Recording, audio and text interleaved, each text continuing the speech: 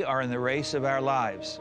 For all of our lives. Against COVID-19. The virus keeps changing into new variants. Which is what viruses tend to do when they spread. Some variants are more contagious, while others cause more disease and death. If we do not stop the spread of COVID-19 soon, some variants may develop that we do not have antiviral therapies for. Some could make our vaccines less effective or not effective at all. This would set us back to where we were last year. When we were worried that our hospitals would be overwhelmed. when schools closed and children had to shelter in place. And when we could not see friends and family for fear of spreading COVID-19. So it's so important that we take all necessary precautions to protect everyone, especially the most vulnerable among us. We need to vaccinate as many people as quickly as possible. To save as many lives as we can. Together, we can win this race. For our patients. For our elders. For ourselves. For you. For us. For our community. Por nuestra comunidad.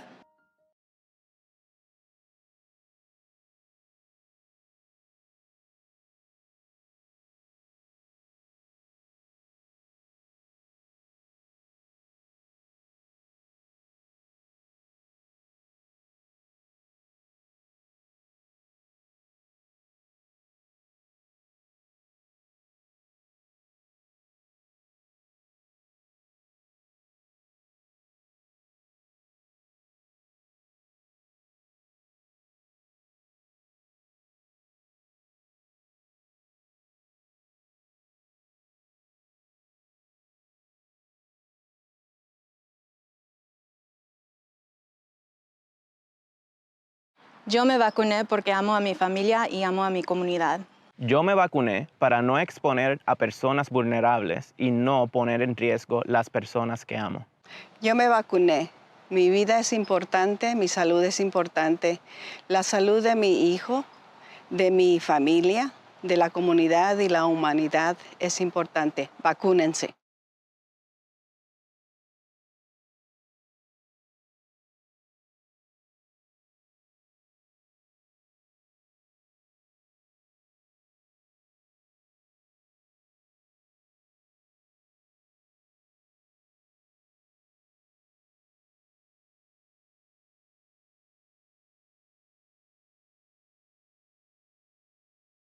When I got vaccinated for a different reason than I'm telling you to get vaccinated for. I got vaccinated in December because I was terrified I would get sick and I would get my father or my wife or one of my patients sick.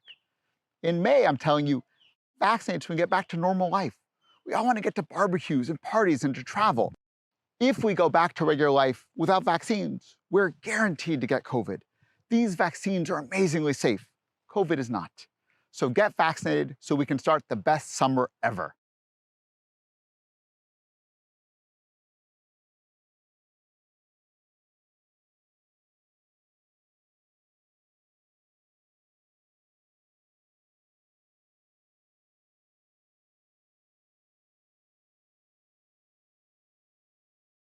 I got vaccinated for the people who can't. I got vaccinated because I want to be part of the solution. I love Mendocino County, and I want us to be able to live our lives again and build stronger communities. I got vaccinated because I believe in science. I want to protect my community, my patients, and my family. I want to do my part for others, for children who should be in school, for frontline workers who we so depend on, and for the millions of people worldwide who lost their lives to COVID this last year.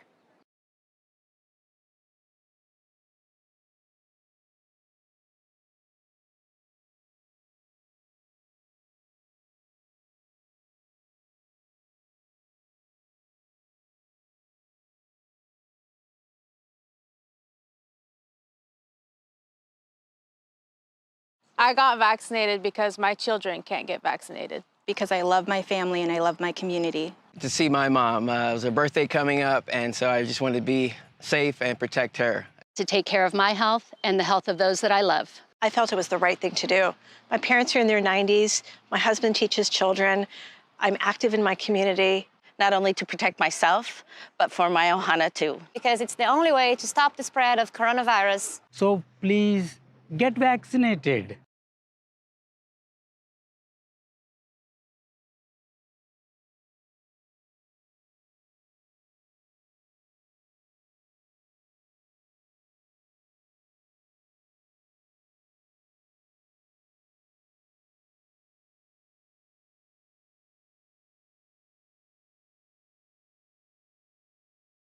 Los latinos componemos el 25% de los habitantes del condado.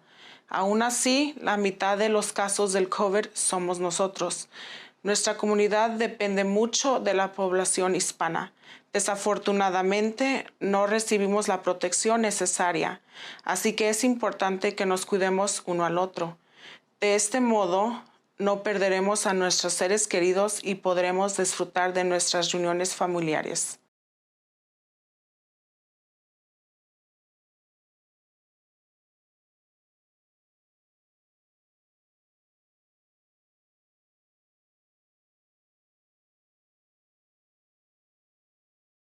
We are our ancestors' children, and we carry their intergenerational traumas attached to trusting the government and vaccinations. I can say I lived through a pandemic by choosing to get vaccinated. I chose to get vaccinated because I had to be a good leader and example for my people. I also got vaccinated to protect my daughter, who has a compromised immune system. I urge you to get vaccinated to become a protector of our elders and Native community.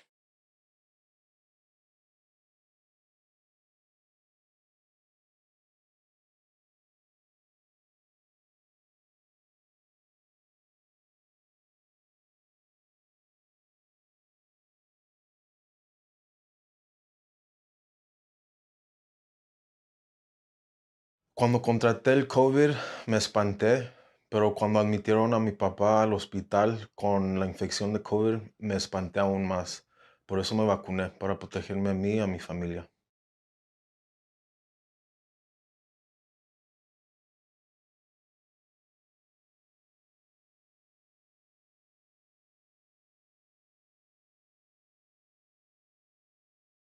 We are so lucky to live in Mendocino County. The beauty of this place is reflected in the hearts of the people who live here. We may not all look alike or sound alike, but we are all one community. During this pandemic, we need to be kind to one another. And keep each other safe. By being careful not to spread the virus. And by getting vaccinated as soon as we can. We need to do this for each other. And we can do this together. We can do this! हम सब कर सकते हैं. You bet me I. 我们能够做到. Podemos hacerlo por todos nosotros. ఇది మనందరికీ సాధ్యం. A gente pode fazer isso. Yun robrum knia. Wamanye mape. Aba, kayang-kaya natin to. Wir können das schaffen. Namaste. આપણે કરી શકીએ છીએ. Ehikino kako. हामी यो गर्न सक्छौं. Yeah, yeah, all day.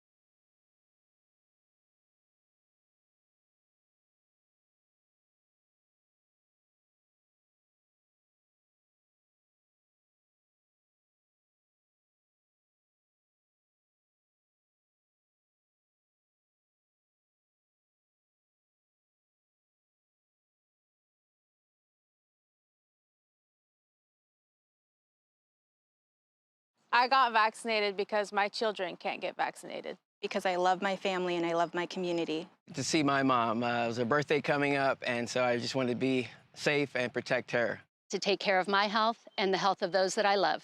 I felt it was the right thing to do. My parents are in their 90s. My husband teaches children. I'm active in my community. Not only to protect myself, but for my ohana too. Because it's the only way to stop the spread of coronavirus. So please get vaccinated.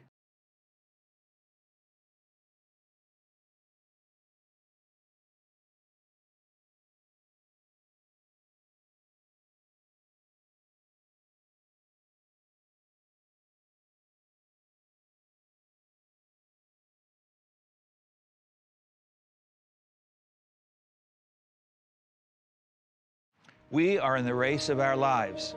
For all of our lives. Against COVID-19. The virus keeps changing into new variants. Which is what viruses tend to do when they spread.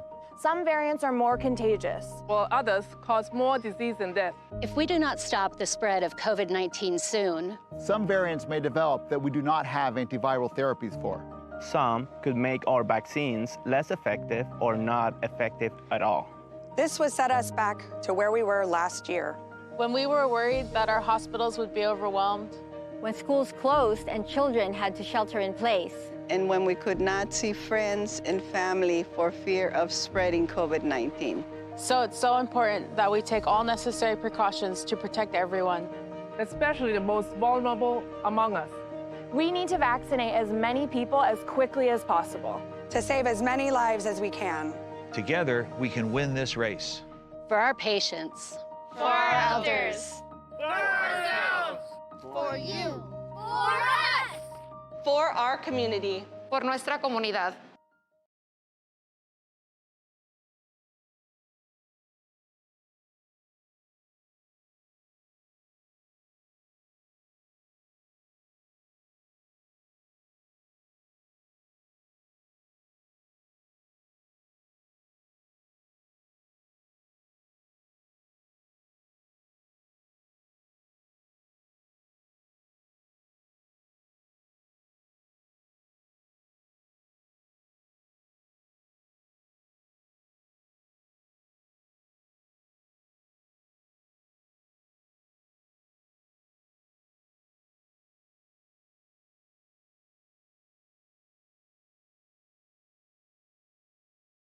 Yo me vacuné porque amo a mi familia y amo a mi comunidad.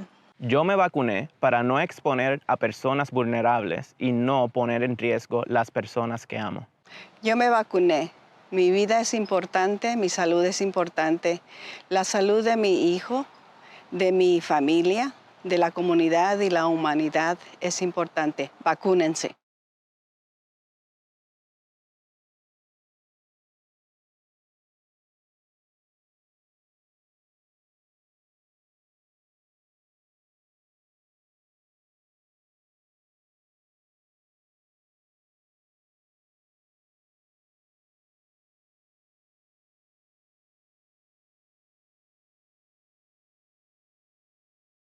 When I got vaccinated for a different reason than I'm telling you to get vaccinated for. I got vaccinated in December because I was terrified I would get sick and I would get my father or my wife or one of my patients sick.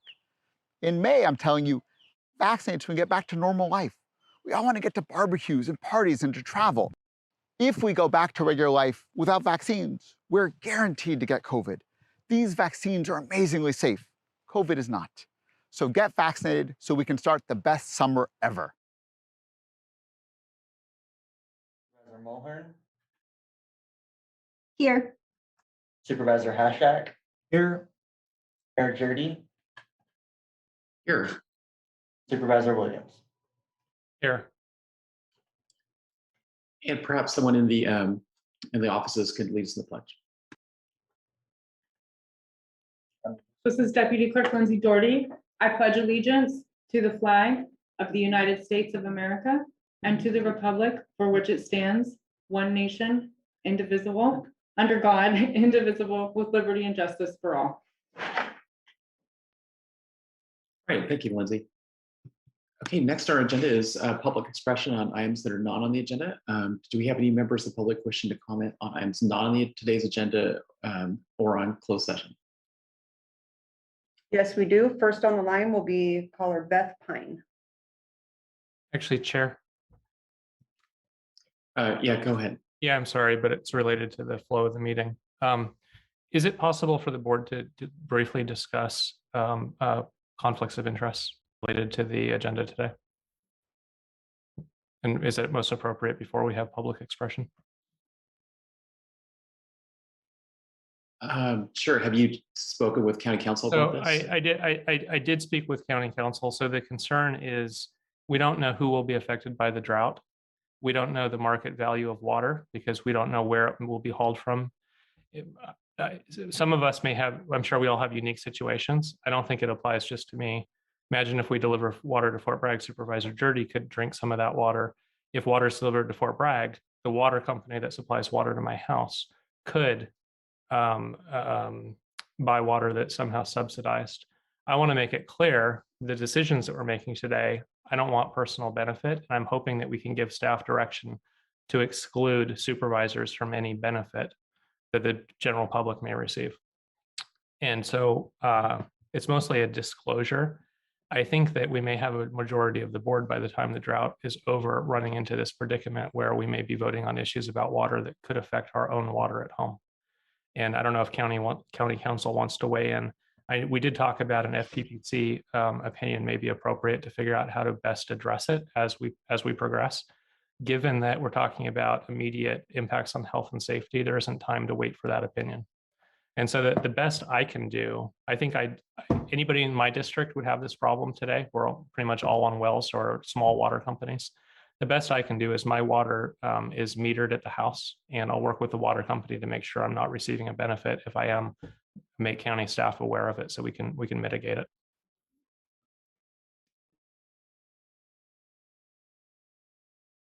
Okay.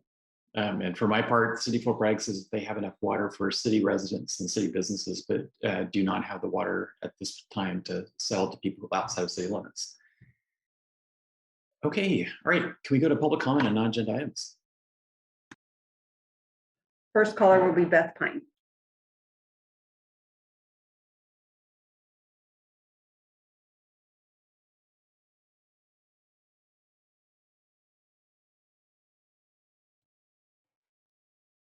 Hello, good morning.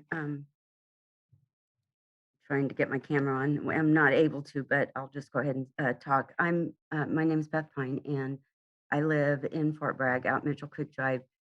My comment today, I'm going to speak on the agenda later, but about the water. But my comment today is about the very large grow operation that is happening next door to me on Mitchell Creek Drive, and I feel fairly confident that this very large marijuana grow is pumping our groundwater down and may even be affecting Mitchell Creek itself. And so I would really like to encourage the board, the Board of Supervisors, to consider in the future with the idea that we're going to continue to see droughts, that marijuana farms are monitored for their water usage, and that they don't have the opportunity to use an unprecedented amount of water for the area that they live. If, like myself, they live in a residential neighborhood and it's affecting the wells of those that live in that neighborhood. And appreciate that you're having this discussion about water today. It's really affecting all of us, and probably will continue to. And I thank you for your time and allowing me to speak.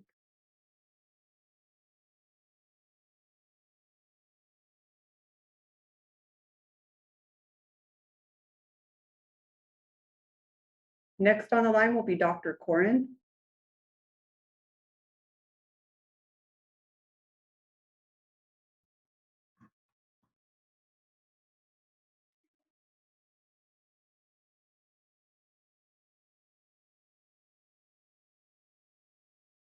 You can begin speaking, Dr. Corin. Okay. Thank you, Chair Jurdy, Supervisors, and CEO Angelo. I'd like to update you on the COVID surge in Mendocino County briefly. The cases as of yesterday were 59.6 per 100,000, which is second highest in Rancho, our California health officer organization in the north. Del Norte is the only one higher, which is 158.6. Rancho, the Rural Association of Northern California Health Officers, is the highest rate, has the highest rates in the state. Our total deaths due to COVID has risen now to 58 people. The most recent person dying was at 41 years old with no significant comorbidities, and she was not vaccinated. As noted last week, our hospitals are stretched very thin with 31 patients. 3 are Mendocino residents being cared for out of county due to their acuity. We also have 4 out of county residents who are cared for in Mendocino County. Available staffed intensive care unit beds in Mendocino County is down to 12.5%, or 2 of the 16 we have. 50% of our ICU staff beds are COVID patients. The hospitals now are hiring new staff through an agency. Alternative sites in the hospital have been used, such as the COVID unit in Ukiah, and last week there were a significant number of overflow patients being held in the emergency department for various times. As a result, and in accordance with the state health order, the MOAC, EMSA, and state credentialing and licensure offices have been notified to expedite transfers to other counties' hospitals, as well as other accommodations as needed. Dr. Janine Miller, Behavioral Health Director, is arranging a small mental health holding facility in Redwood Valley and non-ambulance transport to out-of-county mental health facilities to relieve the emergency department and ambulance transfers. As of August 22nd, we've administered 99,144 vaccinations, and 64% of our eligible population is fully vaccinated. Finally, the Pfizer COVID vaccine has received full FDA approval on August 23rd, and the county has sufficient vaccines on hand for county clinics and other events that are scheduled, and for any increased demand we hope will come from this new development. The vaccination calendar is on the website and is updated daily, and thank you for listening.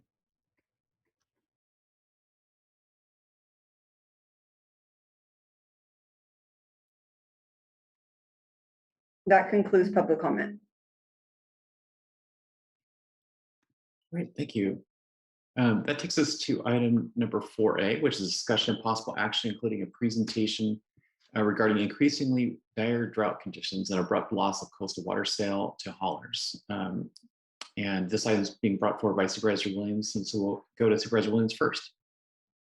After our Board of Supervisors meeting last Tuesday, I learned that offsite sales had been halted. As I understand, Elk, Irish Beach, Mendocino Unified, and perhaps Westport hadn't shut yet, but notice was provided that they would be shutting off sales, leaving the entire coast without a location to fill from. And so although there are water trucks standing by idle, they don't have anywhere to fill up to deliver. I've been trying to get a sense of how many deliveries were happening up till the shutoff point. It seems about 14 a day. If those were on average every 3 weeks, it could be as many as 300 customers needing to augment their water supply. So we heard optimism, and I hope we're still optimistic, but at this point we need to take some action, or we need to advise the public that we will not be taking action, but we need to set clear expectations about next steps. As I understand, water from Lake County is available at about 74 cents a gallon, and probably another 25 to 30 cents a gallon to deliver it. And so that's not viable for a lot of people, businesses or residents. And for residential use, I think we have an obligation to provide availability of water, affordable water. We have a population that, just as a human rights issue, needs access to drinking water. I'm less convinced it's our role to subsidize business, but it may be that the county can play a role in reducing the actual cost of water for businesses. We have a lot of people that have come off of unemployment from the pandemic sheltering. They need to keep working. And if their employer doesn't have access to water, they may not be able to work. It may be that the county moving raw water from inland to the coast is more economical than moving treated water. City of Fort Bragg has been generous in offering us the possibility of running raw water through their treatment plant. So we would transport water to the reservoir and then pull treated water, or haulers would pull treated water from the other side. I think it's important that we have the discussion today. I'm not lobbying for any particular direction on funding. It's my hope we may consider using some of the transient occupancy tax. 75% of the TOT is generated on the coast, most of it between the town of Mendocino and Little River. So if you look at maybe $30 to $40 million over the last decade that has come from a few square miles and not a lot of services infrastructure coming back, this may be an opportunity to keep some of that TOT in the communities that are affected by the drought, ensuring that we keep people working and that we make it through drought conditions.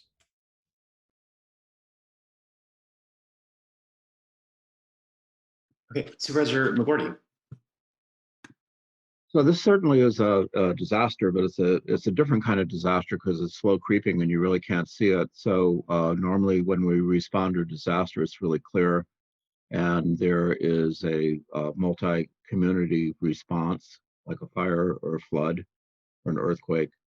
But believe me, water is essential for human life. Health and human safety is what we're concerned with here, and that's our first and highest priority. And I agree with Supervisor Williams that today we're going to kind of explore if this is feasible to do. We're going to talk about the regulations that it's going to take, the logistics it's going to take, how to pay for it, who's entitled to water, how much they should get. But these are all questions that we have, and I want us to have an open and robust discussion so that nobody feels like the Board of Supervisors is favoring someone over someone else. To me, when your neighbor is in trouble, you help. And that's kind of my perspective as we start the meeting. Thank you. Supervisor Hashak. Thank you, Chair Jurdy. Yeah, I'd just like to agree with what's been said already, and that, you know, Supervisor McGordy and I have been on the ad hoc. We've been working very closely with Josh Metz, who's getting the water agency together, and then Howard DeShiel, who's the incident commander for this. And Howard has stepped up and really taken it on. And so we've got lots of information together. We're working on these possibilities of how to deal with this situation. And I think that the situation is critical on the coast, but we're also seeing problems sprouting up all over the county too. So we need to look at, you know, not just the coast, but a holistic approach to how to deal with this drought, which might be here. You know, this might be the end of it. This might be just the beginning of it. So we don't know. And, you know, with climate change, we have, there's lots of ways this could go. So I look forward to a discussion too about all the possibilities and what the people who've really been working on this have come up with. Okay, thank you. Now might be a good time to go to county staff on this.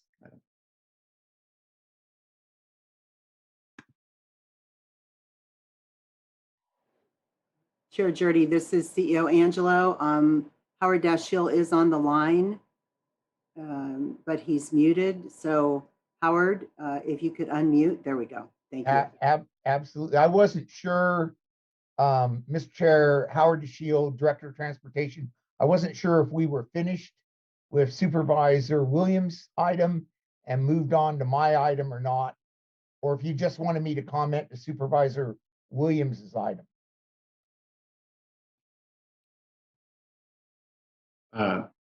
Well, Supervisor Williams' item was listed for 2 hours, so I thought there was more staff discussion on this item.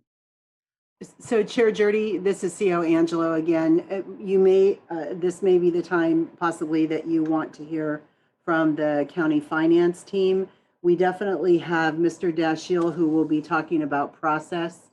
And so if you want to hear more about finances and budget, we should have the county finance team. Everybody is, there's no faces showing here except the board, so I'm not certain who's on. But the county finance team could speak to dollars if you would like. Mr. DeShiel, as incident commander, has a plan regarding operations that should the board choose to move forward, he can speak to operations. I believe we do have our consultant Josh Metz on, who will be speaking with Mr. DeShiel, but Assistant CEO Darcy Antle is here if you would like to hear more about finances, if that's the pleasure of the board at this time. I think it's appropriate to hear about funding sources, possibilities, likelihoods of funding coming open. Okay, then I will refer to Assistant CEO Darcy Antle at this time. Thank you. Good morning, Chair Jurdy, members of the board. I guess it's afternoon, sorry about that.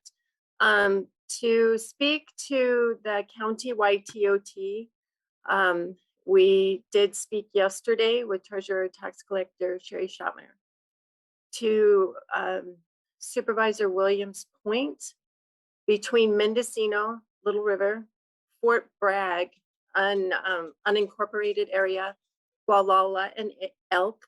75% of our TOT comes from those 5 areas.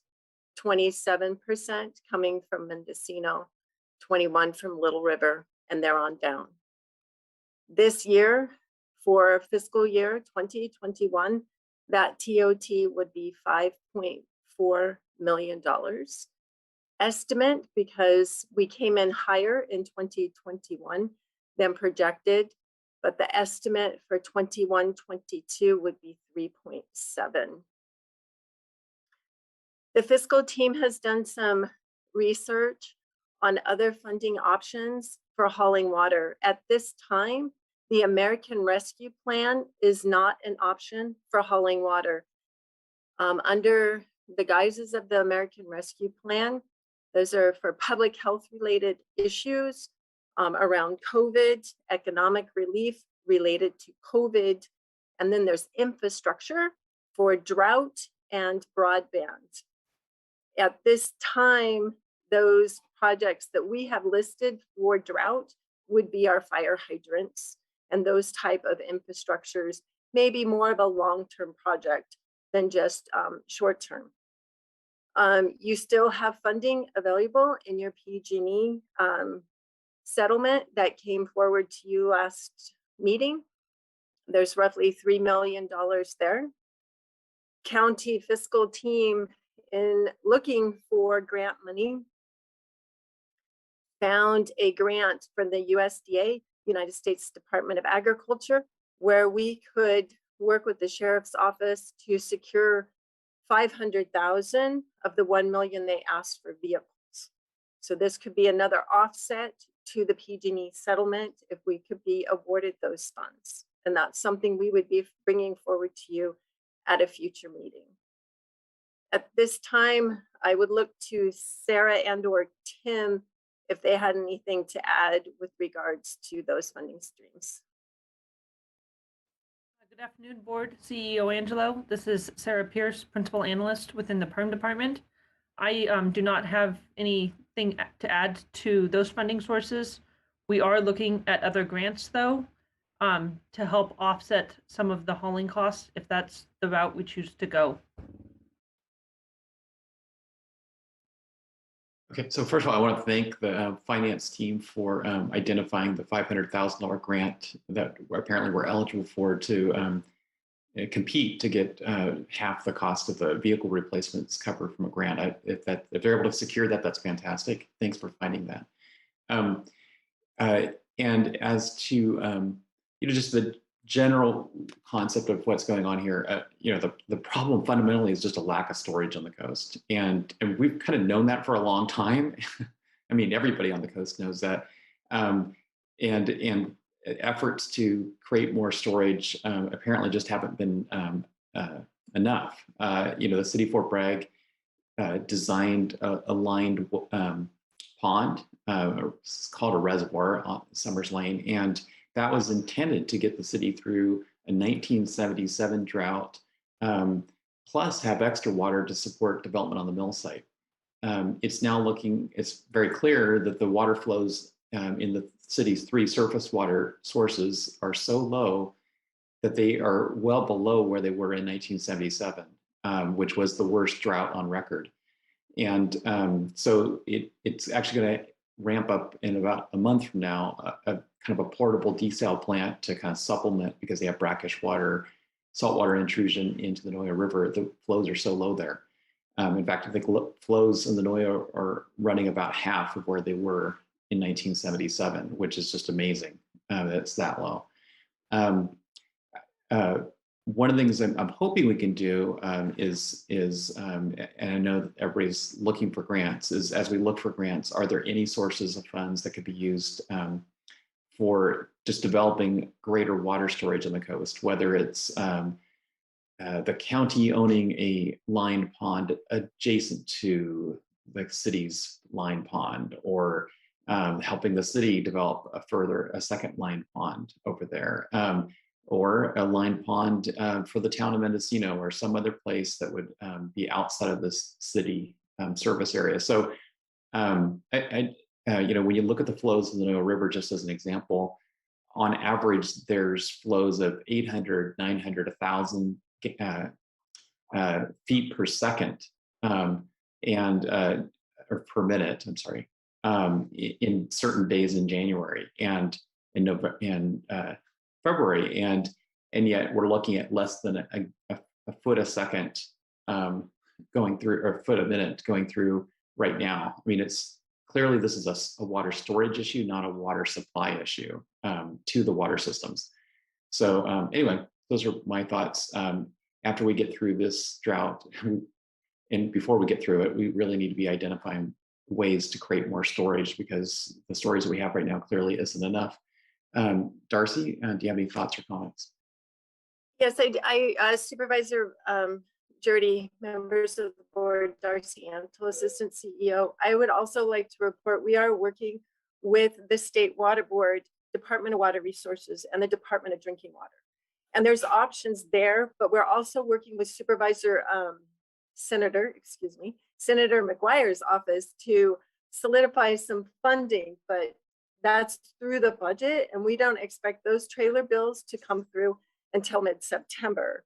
I would say what we are hearing from those other agencies is, yes, they want us to have a short term, we got to deal with our emergency, but we need to establish a long-term goal, to your comment prior. So yes, we need to come up with long-term solutions. Okay, thanks. Supervisor McGordy, do you have your hand raised? Yes, I do. Thank you, Mr. Chair. So a couple things. First of all, there's short-term, long-term issues that we have to address on water. And short-term is extremely pressing, which is why we're here today. And then there's long-term infrastructure that is needed really all over Mendocino County, but particularly on the coast, I think is probably in the most dire situation. And what you discussed is called forbearance in water talk, which means that you're taking water at a time when flow is high and not taking it when it's low. And the good news for the coast is that you guys are really, really efficient with water. When we look at how water is used around the United States, the coast is among some of the stingiest water users in the United States. So it won't take huge amounts of water or really, really big reservoir projects. Groundwater is not abundant, but it should still be looked at. There may be a possibility for some systems to be worked, particularly around the airport, has been identified as potentially a groundwater source. So that's definitely in the mix. And the other thing I just want to talk about is PG&E money, since that has really kind of set off a bit of a upset in the Redwood Valley community. I don't feel like we've really finished discussing that completely, but I would kind of like us not to look at those monies as our source and focus instead a little bit more on TOT and BID and sales taxes being a source of where we would fund any monies that are spent on this response. And what we're hoping for here really is more or less a loan, and that somehow or other we'll be able to find either grant funding or customers may have to bear the cost if they're able to. We realize that there's some people who are financially insecure and are going to have a tough time, but if I understand, Darcy, if I understand correctly, the State Department of Drinking Water has a provision to cover the cost of at least some of the expense of getting water to them. Is that correct? Yeah, the Department of Drinking Water is willing to support. My understanding is that's going to be on income verification and domestic use through the Department of Drinking Water. The grant that you'll hear about next is the Department of Water Resources. I'm not quite sure how we don't jump to that, but I'll look to Christian if I overstep. But we are applying for another grant through the Department of Water Resources, DWR. And at this point, that grant can help haul water to Fort Bragg. And that grant we're looking to do from Ukiah to Fort Bragg. There's a lot of logistics to work out, and And that's Howard and Josh Metz. Okay, so that was my cue again. This is Howard DeShield, Director of Transportation, also the DOC coordinator. And I think probably this is a good time for the overview that Josh Metz has prepared. I hope he can share his screen. I want to talk specific about, my operational plan, but I think his overview slides would be good right here. So Josh, are you there? Can you share your screen? Yeah, thank you, Howard, and Chair, members of the board, and Josh Metz with Regional Government Services, and I'm gonna try to share my screen here. Let's see what happens. Okay, screen number 2. Can you all see the cover slide? Okay. Yeah, so just briefly would kind of summarize what most of you already know, the status of the drought as we've been tracking over these past weeks. Excuse me. This is Deputy Clerk Lindsay Doherty, and we do not have this record on file. Could you please send this to Clerk of the Board so that we can post it for the public? Sure. Let me do that right now.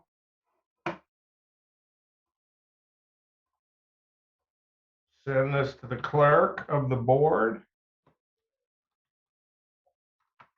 Okay, I'm going to send it to Nadia because I don't think I have clerk of the board handy.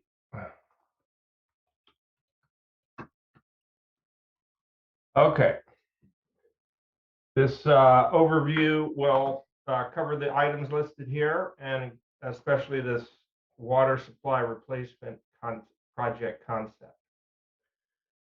So the drought status on the coast is historically, Fort Bragg has supplied 50 to 75,000 gallons a day of hauled water to points south. And as has probably already been described, the decreasing supply in the river, as Chair Jurdy referenced, has led to curtailment of that water beginning in July. And we've been tracking where other sources of water have been also recently curtailed, including from Elk and Irish Beach, among others. So currently, our understanding is there is no local hauled water sources available on the coast. And countywide, of course, there's increasing concerns and anecdotal reports of dry wells. There's Russian River diversion curtailments, and the county has activated the Emergency Operations Center. And we have begun meeting with regional area partners on a biweekly basis, tracking conditions. So the acute situation on the coast is the focus of today's conversation, and we have, in working with the city of Ukiah and the city of Fort Bragg, developed this water supply replacement project concept, which would initially involve long hauling water from city of Ukiah to city of Fort Bragg. It would be input into the city of Fort Bragg's Summers Lane Reservoir. It would be run through the treatment facility operated by the city, and then made available to the local water haulers for use in the unincorporated areas of points south of the city. So as has been initially described, there are potential state funds available for meeting health and human safety needs, which would necessitate a tracking of the end use of the water so that we could appropriately comply with the conditions of those funds. So we would need to be able to discriminate between domestic use and commercial use. So one concept that we have, the concept that we've outlined here, would, subject to the board's approval, establish a domestic and a commercial price. The commercial price would cover the cost of the water plus the long haul cost, and the domestic price would simply be the water plus the local haul cost. And this program is designed to be scalable to other areas of the county if the needs arise. So the cost model that we have developed in partnership with the finance department of the county estimates a daily demand, again, this is countywide, of close to 120,000 gallons a day with a water cost of 3 cents, haul cost per gallon of 24 cents to the coast, so total cost of 27 cents a gallon, 31,995 per day, and up to almost $1 million a month. So these are the outlines of the program.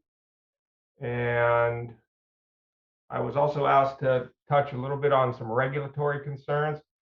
If I'm seeing that Supervisor Hashak has a hand raised, so I'd be happy to take a question as they come up. Well, thank you, Josh, through the chair. So if you could go back to the previous slide. Yeah.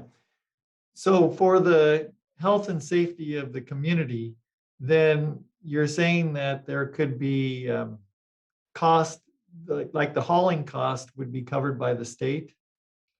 Okay, so yeah, basically the idea is, and we can maybe talk about local hauling and long hauling. And the long haul would be getting from Ukiah to Fort Bragg.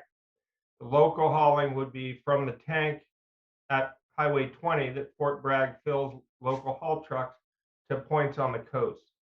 And so currently, prior to the curtailments, users of water would pay a water cost plus a local haul cost. And so the idea would be that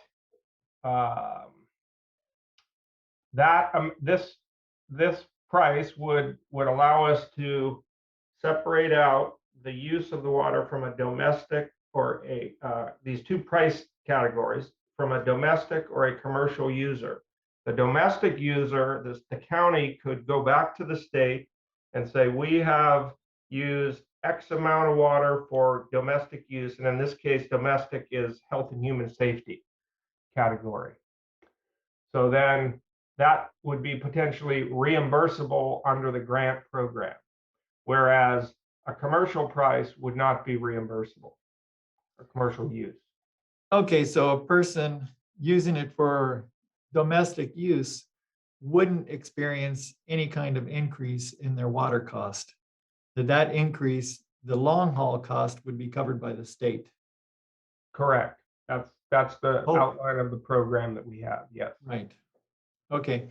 And you said that like we needed 117,000 gallons per day. Yeah, so this is a model that was developed sort of with a ceiling, if you will, as the target, so that we wouldn't have to go back to the state for a second ask. So the idea is to obtain a maximum demand sort of approval for a reimbursement program, and then subject to the real demand, that those dollars would be, reimbursed as they are incurred. Right. So all of the state programs work on a reimbursement model. So they're not going to provide a lump sum of money. We would need to invoice them back for the funds. Okay, because the real demand would be about 70,000 a day. It's hard to say exactly what the real demand would be, but the records of use certainly from earlier, from the sort of June, July, August timeframe, have been in that range. Now this is a unique situation, unique year, so we would expect the demand to be higher. In fact, the hauling records that we did have from the city of Fort Bragg indicated a pretty substantial uptick. So I would say it's at least that number. It's at least 60,000 gallons, and it could be actually higher. But I think as we would ramp up the program, we would have an opportunity to really gauge demand and then adjust as needed. So this model would leave some room to increase deliveries if needed. Okay, thank you. Okay. Supervisor Williams? The 27 cents a gallon would be passed on for the commercial users. So Yeah. they would be looking at about $945 per truckload. Josh, do you from your networking, do you have any sense of whether business would sustain this expense and pass it on to their customers, or maybe operate in the red but stay in business, or would they simply shut down? What I've heard when I've asked for where the breaking point is, somewhere between the 400 that you would see in most years versus maybe 1,000 now. What I've consistently heard is 400 is painful for them, but they can pay it. 500, they'll probably stay in business. You get up to 1,000 and they're likely to just shut the doors. Where do you think that breaking point is? And is it worth us pulling to figure out whether this gallonage is actually realistic, or in theory only because business couldn't actually afford to buy the water? Yeah, I mean, I think further engagement with the hospitality or the community members, certainly the community, the primary concern being health and human safety. But on the business side, it would seem that further inquiry would be useful. That said, I would my recommendation would be to, if the board wants to sort of be most sort of time sensitive, to proceed with some program and gather that information while it's running, so that it could be kind of tweaked in motion, so to speak. Because if we're pushing this out another month or so, the situation would be increasingly difficult to rectify. Understood. And one follow-up question. Is this as optimized as you can foresee for this year? Is there any potential, say, for maybe not using licensed potable water trucks, given that we're hauling raw water to a incoming treatment pond? Yeah, we've dove into that in quite some depth, and no pun intended there, but there could be one. Howard and I have had conversations with both Sean White and John Smith at Sean White at Ukiah and John at Fort Bragg. They're the water managers. And on the Ukiah side, there is no mechanism for filling trucks with non-treated water. The filling station is sort of the other side of the treatment facility. And the rationale for putting the water into the Summers Lane Reservoir in Fort Bragg versus putting it in the storage tank directly is that the logistics of moving the large number of trucks that we're talking about, up to 10 plus trucks a day, to drop the water, and then also having the local haulers picking up the water, make it such that the city would strongly recommend doing what we've outlined here. So we've also been in touch with the State Division of Drinking Water, asking the question about potable water and transporting in trucks that are not certified by California Department of Public Health. Traditionally, trucks transporting potable water are required to have this certification. They, while not being understanding the interest in being efficient economically and so on, and also understanding that there is an existing infrastructure within the wine industry of stainless steel tank haulers that potentially could be tapped as another service supplier to meet the need. They have provided feedback about how we might be able to use such trucks in hauling water. There are some sort of sampling and testing requirements there that just add complications. So in the end, the feedback is, best to use potable water trucks, and process it through the Fort Bragg plant as we've described. Supervisor Hashak. Thank you, Chair Jurdy. So with this estimate you have here of 118,000 gallons a day being hauled from Ukiah to Fort Bragg, and then the total cost of 959,000. So if theoretically, if it were all for domestic use, then the state would pick up the long haul cost. Correct. And the people would pick up the, charge, the regular charge, what they're paying the local hauling and the water. And so there wouldn't be any cost to the county.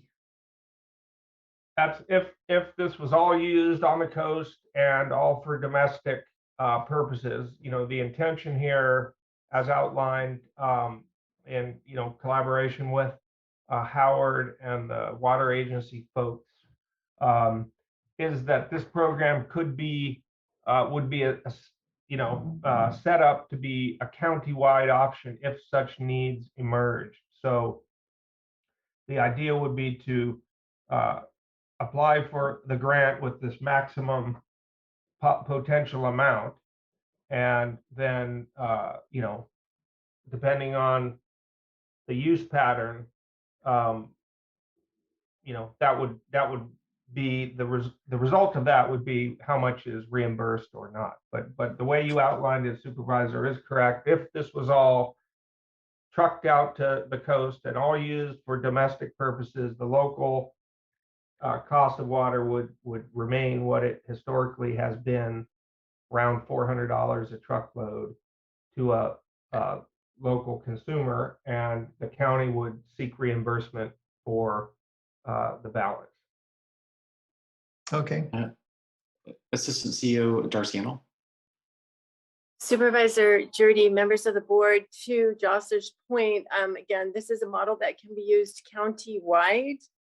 And also any money expended prior to the grant being awarded is not covered through the grant. So, we're asking to move forward with the grant. You'll see that here later. But if we start this before we are awarded, before the County of Mendocino is awarded, that would be a cost to the county. Okay, thanks. Do we have more board or staff comment on this agenda item? Well, Chair Jurdy, members of the board, Howard DeShield, Director of Transportation. So Josh, I'd like to see you go through all your slides. You were almost done. Okay. But let me just say too, as we seek grants that could get us, if and it is a estimate, we think a $3.8 million project will work countywide. We're extrapolating a lot of data. And we also don't know that all the grant sources will be 100% reimbursable. That's part of why we've indicated a certain amount of local share, because as the board will know, some grants, if they're really good grants, are 100%. A lot of grants, you need as much as a 25% match. So we're being very broad in our request to you, and we're asking for authorization to go after a variety of grants, whatever we can obtain. Some may require a match that we wouldn't get back. So I'll let Josh continue then with the overview. Thank you. Yeah, so the next slide kind of touched on Supervisor Williams, or question that you asked. So just regarding the vehicle certifications, I've already kind of covered that. We're in close coordination with the Division of Drinking Water, who have generally been fine with the idea of using potable water from Ukiah, inputting it into the treatment facility in Fort Bragg and treating it again. In fact, they really like that from a standpoint of health and human safety concerns, which is kind of their primary directive, is to maintain health and human safety around drinking water systems. I already touched on the question around vehicle certification. They have made some room to potentially tap other sort of food grade liquid hauling capacity, subject to certain testing conditions that they have described. There also is a question around the division of water rights and the whole question of place of use is a concept under the water rights law, which, you know, groundwater has a much has no sort of local constraint for use. The pre-1914 surface water right similarly has no place of use requirement, so that would mean needing to be used only sort of in the Ukiah Valley or elsewhere. Its appropriative rights have a significant place of use criteria. So in our conversations with the city of Ukiah, they are comfortable and confident in their view that the water that would be used for this program is appropriately usable under the water rights laws that exist. And then this is my discussion slide and some resources for folks looking to connect with us on drought issues.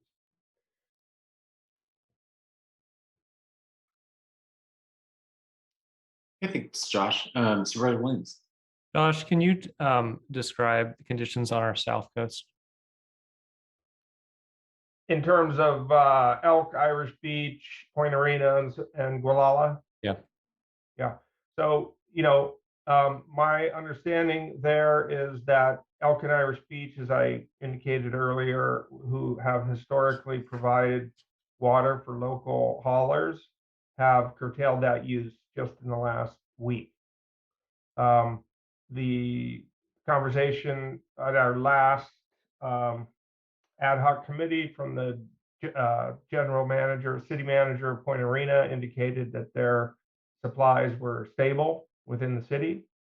And similarly in Gualala, there is a project underway that would help improve their water infrastructure for the future, but for the moment, they are generally stable, is my understanding. Thank you. And is funding the primary obstacle for the water agency to make progress on responding to drought? Yeah, I mean, I think over, you know, a strategic kind of longer term framework, you know, there's a variety of constraints, funding chief among them, you know, resource sort of, you know, where the water might come from is a question that would need to be studied in some depth. You know, there are some prior studies that indicate that there may be groundwater supplies on the coast and other surface supplies that could be accessed. And so that would be something. And then, of course, any significant infrastructure project would necessarily involve planning and permitting, particularly in the coastal zone with the Coastal Commission and things like that. So there are a number of constraints. Money would be one of them. And then beyond the coast, Anderson Valley, the northeast portion of the county.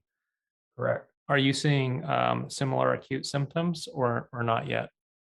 Well, the you know, folks I've spoken with in Anderson Valley, you know, there's one gentleman who services a number of small water systems and private kind of well facilities, and you know, he's getting increasing calls for situations where the wells have significantly decreased in their pumping volume. He's had to go out and make adjustments to where the wells, pump sits down in the well, the intake part from drawing the water up. And then also in the Covelo Round Valley area, the conversation is more anecdotally around, people are reporting dry wells. We don't have any specific counts. And that's one of the reasons we keep putting up this report dry wells websites, because we need the numbers to really make a case to the state. I think that's one of the reasons the focus is being put on the coast, because we do have probably some of the best data for well conditions is from the coast, from the town of Mendocino in particular. And, there are concerns, I'd say, up in Covelo area around, groundwater sustainability. And of course, there seems to be both in the Covelo Round Valley area and the Willits and kind of east of Willits, concerns around, use of water for, cannabis cultivation and people's concerns around that. So mostly,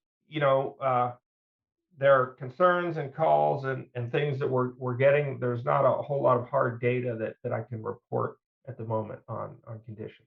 Thank you. And then Chair, before the presentation concludes, I know we have Ryan Rhodes representing the MCCSD in the call. And I know he's been part of outreach to state and federal representatives. I've been part of some of that. I'd like to try to get some of his data points on the record.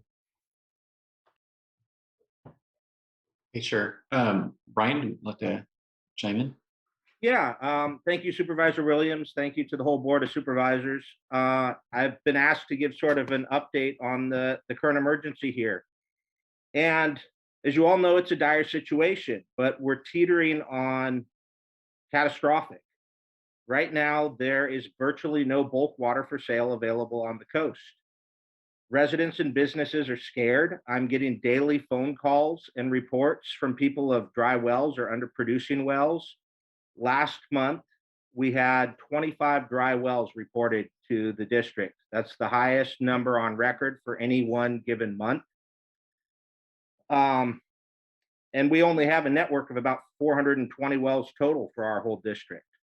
In speaking with our local water haulers, their conservative estimate is that the greater coastal area needs at least 22 loads of water a day at 3,500 gallons. That's about 77,000 gallons. So the presented numbers there were accurate. At least 10 of those loads are needed for the Mendocino Community Services District. And this is just an estimate from the two licensed haulers on the coast. We don't know how much water is being transported by the unlicensed haulers. I'm receiving reports of hotels that are operating at 1/3 capacity and restaurants closing multiple nights a week. This is not just hurting county tax revenues, but more importantly, it's hurting our local resident wage earners in the service industry, not just in the 5th district, but there's a lot of us that live in the 4th district as well and really need water to stay employed. To date, the county, MCC has been asking for help from the county and the state and the Fed for the last few months. To date, the county has provided us with 6 porta potties. Thank you to Cal OES and the county staff for helping do that. And as of Friday, this last Friday, we received a pallet truckload of bottled water that we're beginning to distribute to our most vulnerable residents. And we really appreciate this, but we need more. This isn't enough. I continue to hear that the drought is a slow-moving disaster. And I guess that depends on your perspective or maybe how far removed you are from the emergency. Because if I look on Google Earth, some of these massive wildfires in the state look like they're moving pretty slow. But when you're on the front lines, they're moving quick and people need help. I personally come from a background of fire and EMS service, and I've seen how strong mutual aid agreements exist within our county and within our state. When places like Covelo or Ukiah call for help, the coast comes running. We don't ask questions about funding. Will we get reimbursed? We go to help our neighbors. And that's what I love about this county. We help one another. Right now, the coast is calling for help, and the county is standing here holding a tourniquet. And I'm asking you not to let us bleed out. You know, agree to fund water transport to the coast. And I know there's funding concerns, and these are serious concerns. I've had a lot of conversations recently with state and federal political leaders, and what they all remind me is the county needs to step up, take the lead, spend the money, and then apply for reimbursement. They don't just come and hand out money. You know, you need to demonstrate you need the money, and you demonstrate it by spending the money. And so I'm really asking for your help here to step up and spend the money. We were given, you know, the State Division of Drinking Water reached out to us quite a few months back and came up with this idea of water by rail. You know, for whatever reasons, Willits was unable or unwilling to provide the water, and the idea sort of lost steam. And that's when Supervisor McGordy on the Drought Committee really stepped up, and he proposed the solution of trucking water from Ukiah to the coast. And I really want to thank you, Supervisor, for taking the lead on this. It's a great idea. But I need to see follow through on it. Please, you know, agree to fund it and make sure we get the water here. We can't afford to wait. Thank you very much for your time.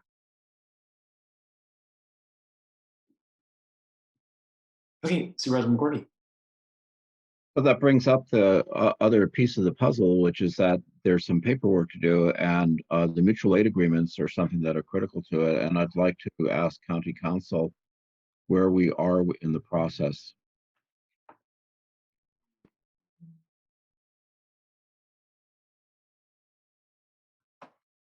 Deputy County Councilor Matthew Kudrowski. We received a draft mutual aid agreement from Ukiah on late Friday evening. We've been reviewing it since then. I spoke with their city attorney earlier today. Still, I think it's generally a workable structure that we can use for this. I think it does call for things that need to be developed underneath it. It speaks to plans that have to be developed, and I think we're working towards that. But that'll be elemental to getting those through as well.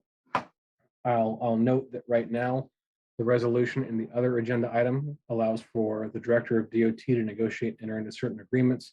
I think we could definitely move forward on that basis with the agreement. We may come back to the board for ratification at a later date. So I'll try and reach out to my boss for some further discussions on kind of other ideas in there to keep that process moving as fast as we can. Great, because I know that we should have mutual aid agreements for water between all of our incorporated entities in Mendocino County, because I mean, any one of our communities could end up in a situation where they need water in a hurry if something, God forbid, were to happen to their water supply. You know, some kind of a toxic event or Lord knows what, but it makes sense to start with the city of Ukiah and Mendocino County, and then of course include Fort Bragg, and then go from there with all the other incorporated areas so that these are in place for the future, just as we have for fire. Thanks, Supervisor Hashak. Yeah, I'd just like to add that, you know, the city of Willits was certainly considering hauling the water on the skunk train line, but there were some logistical considerations that needed to be really dealt with, and we haven't been able to deal with those along the skunk train line. And so that was a consideration, not the unwillingness of the city of Willits. And also the Long Valley Water District was offering to sell water, you know, to transport it over to Westport, and that's being considered too. So there is a willingness on many people's parts to help out with this situation. Thanks. Supervisor Williams. Yeah, maybe Josh could touch on if Willits is in a position to sell water, that may be less drive time than hauling from Ukiah. Is it possible to haul it by truck from Willits? So the circumstances in Willits, as far as my last conversations with the city manager there, they had some issues with their groundwater facility, technical issues that needed resolution, and that they were on a track probably to have that completed by the end of this month or early next month. At which time, assuming that the system was working, that, you know, functionally they could be in a position to, you know, provide water. What has not happened is the consideration by their council, of, you know, doing so. So the county, or a project proponent, most likely assumed to be the county, would need to make a formal ask to the city council to, you know, make that water available. And then potentially it could be put into this program. Or How much of a reduction? How Go much ahead. of a reduction would we see in overall cost moving from water from Willits to the coast versus Fort Bragg or Ukiah to the coast? Well, I think it would, you know, be pretty significant because haul cost is related to time. So, you know, if it's shorter to get the water from Willits to Fort Bragg, you know, at least by, I think that we contemplated 6-hour round trip for onloading, delivering, and returning from Ukiah. So if that could be cut to 4 or even 3 hours from Willits, you know, you could see a pretty substantial savings. Thank know- you. And then I know there was a concern about state regulation involving moving surface water from one watershed to another. Right. Is that still a problem? Has it been resolved? Is there any action this board needs to take, perhaps asking the state to waive those rules, given that we have generous cities that are looking out for residents in unincorporated areas? I'm very thankful that we have cities stepping forward, making this type of arrangement possible. We don't want the cities to get fined. We don't want anyone to get fined for doing what's right. Correct. So what I'm being told by the city of Ukiah, and I don't know if anyone from the city is on the call that we might want to bring in, but my understanding from the city of Ukiah is that they're very clear on what their water rights are, and that under the mutual aid agreement umbrella, that they're comfortable with any risk that might entail as far as relationship to the division of water rights in the state. My understanding is that regarding groundwater, which in conversations with the city of Willits, you know, that was contemplated as the potential source for use. And that has sort of it has fewer place of use constraints than surface water. You know, just also to kind of add one more element of what I heard from the city of Willits is, you know, there are concerns by the city and outlying area residents about, you know, tapping or over tapping groundwater for use in, you know, other areas. So their concern, you know, would be that it's primarily used for health and human safety needs. So, you know, those are just dynamics of the circumstance, and these concerns, from what I can see, are, you know, kind of universal, and even, you know, in the city of Ukiah, preferences that the water be used for health and human safety purposes.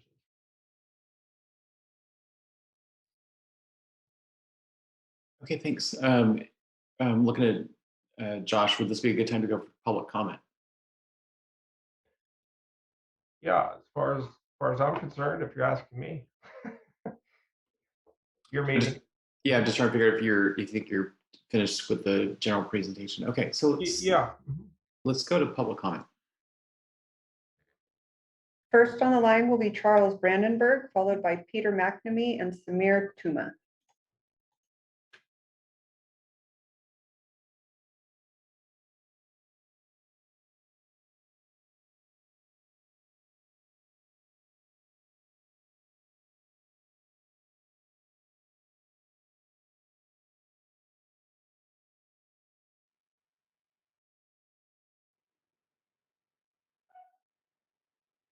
Hey, I'm Charles Brandenburg.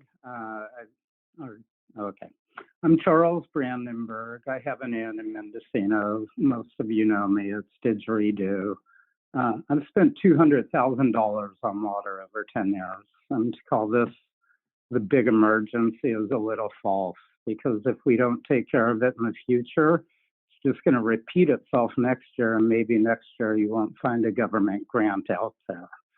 So to talk about what you're talking about is kind of crazy, because the other reason it's crazy is you're going to get your check right before it rains. That's how our government here seems to work. I'm disheartened by this. The fact that you guys didn't know about it beforehand is crazy. Just so everyone knows the reality of it, Westport is stopping on the 1st of the month. Wayne will not be able to deliver water anymore. So the inns that have bookings that are stretching out will not be able to honor those bookings, because once you can't flush a toilet, you can't have a guest. So the other thing is that, to wait, and I'm going to harp on it some more, because I'm finding that my Mendocino County government does everything by emergency. And I'm just tired of it. So I'm going to run against Ted when the season comes. So I will be there. I've been through so much from this county. And now to hear you guys ramble on about your plans to bring water out here. And just so you know, Ted, we're already paying $690 a load in the village when it can be delivered, not $400 or whatever you thought we're paying. It's $690 a load. I've paid $200,000. I've paid you guys close to $1 million in 10 years. Worst government ever. So I've got 42 seconds left. My name's Charles Brandenburg. I seem a little shaky because I'm not used to speaking, but I will get used to speaking, because Ted, I'm going to run against you in the next election. I am, and I think you should all pretty much give up at this point, because you're government by emergency. Goodbye.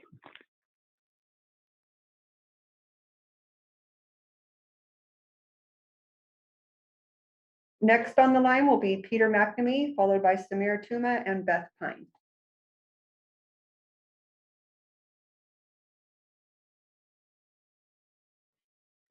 Hello, good morning. Thank you for this very important hearing that you're holding today. I just wanted to say that I live on the coast. I've talked to a number of people on the coast over the last 2 months. I attended both of the work group sessions, the one that was held in Fort Bragg and the one that was held in the community of Mendocino. I've tried to educate myself as best as I can based on what's available to the public in terms of information about the drought's impact on us. And I do think we're in very dire circumstances right now. Some folks I know have felt that the effects directly of the wells going dry, or of being forced to drastically ration their water consumption. And others with more reliable water sources are still concerned about the indirect impacts on their neighbors and about the economic impacts on the county as a whole.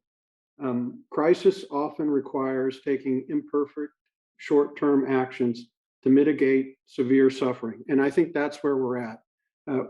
We, of course, would like to be in a different situation where we had planned for this, but climate change is changing everything in our county, and our droughts are going to get worse, and they're going to become more frequent, and they're going to be drier.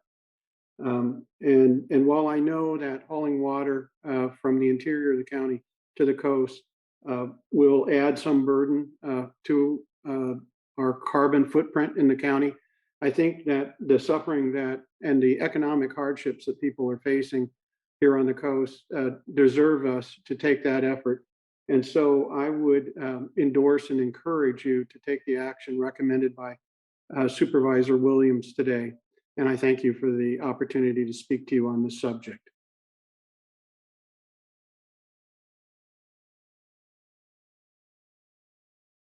Next on the line will be Samir Tuma, followed by Beth Pine and Denick Murphy.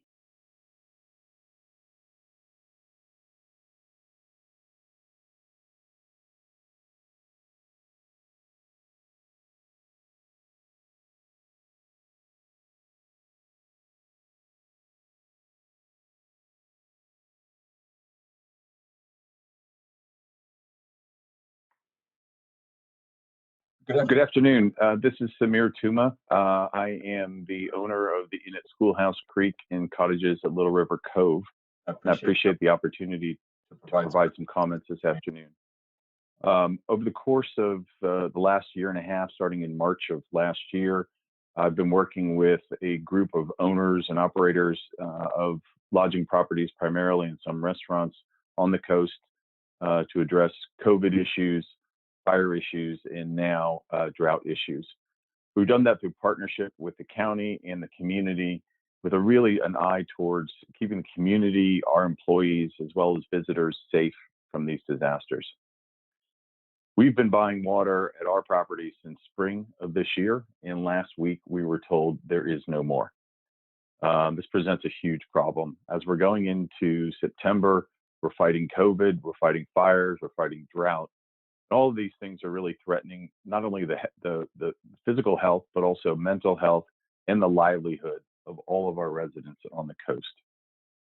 A few numbers: in fiscal year 2021, tourism generated $284 million of activity in the county. $203 million of that was on the coast. Tourism tax revenues for fiscal year 2021 were about $17 million. $12.8 million of that was from the coast. The numbers already were put out regarding transit occupancy tax, which last year was $7.7 million countywide. $5.4 million of that came from the coast. We anticipate just over the course of the next 2 months of September and October that we will generate about $1 million in transit occupancy tax, as well as another $1 million in sales tax on the coast from tourism.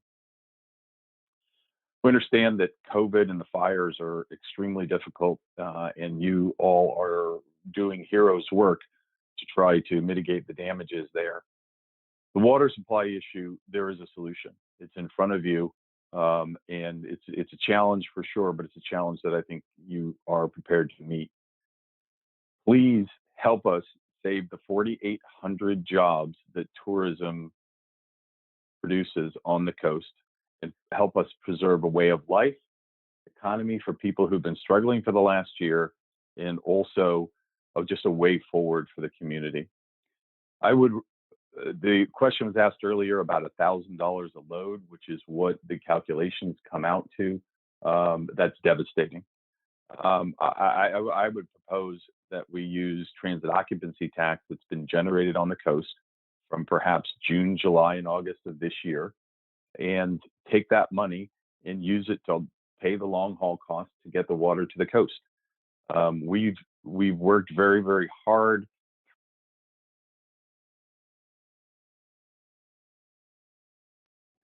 Next on the line will be Beth Pine, followed by Derek Murphy, and then a voicemail.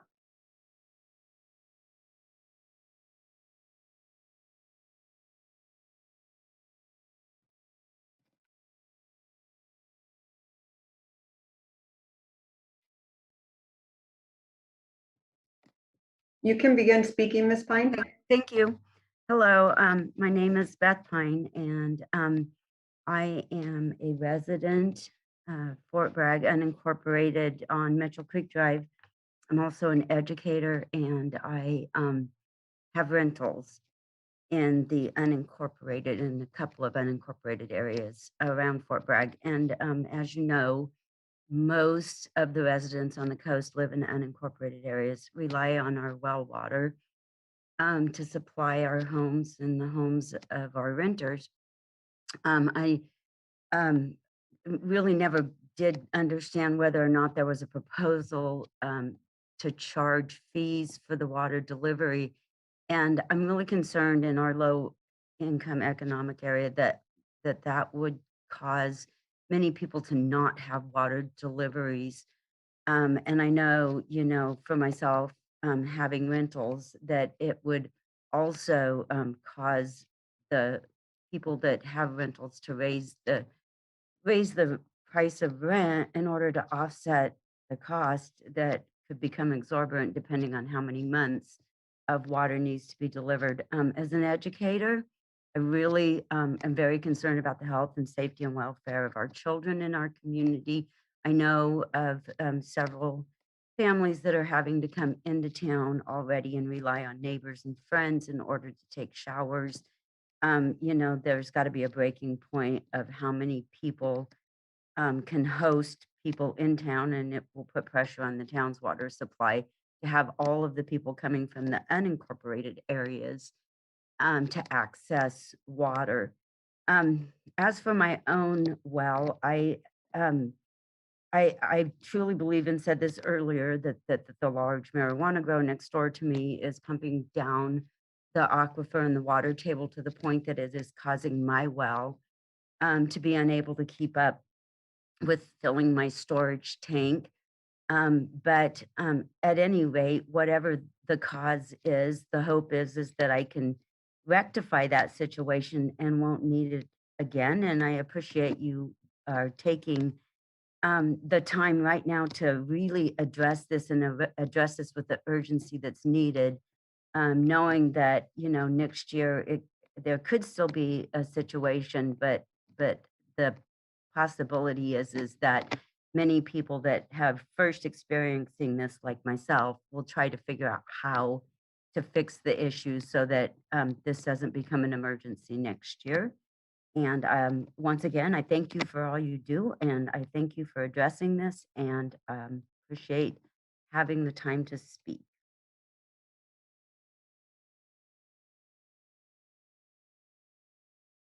Next on the line will be Denick Murphy, followed by a voicemail.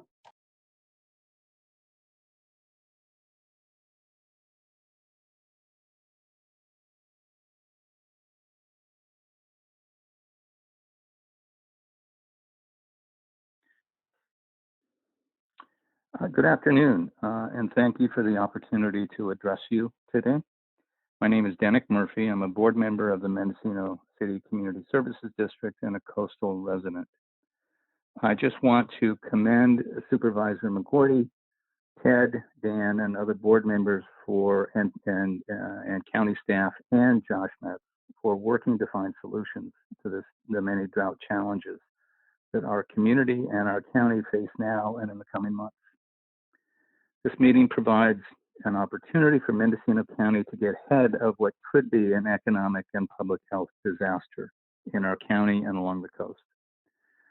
I just want to say shortly that, you know, there are short-term, mid-term, and longer-term solutions that we all need to work on together. Short-term, the obvious choice is trucked water in one form or another, and that is needed. And certainly hope that you will approve funding to ensure that that happens throughout the county. Midterm, we need to work on storage of potable water and conservation. Longer term, recycled water, water catchment from rain, and storage, and vigorous conservation in agriculture, business, and residential throughout the county. Look forward to your continued discussion of this and decision, and thank you very much for your time.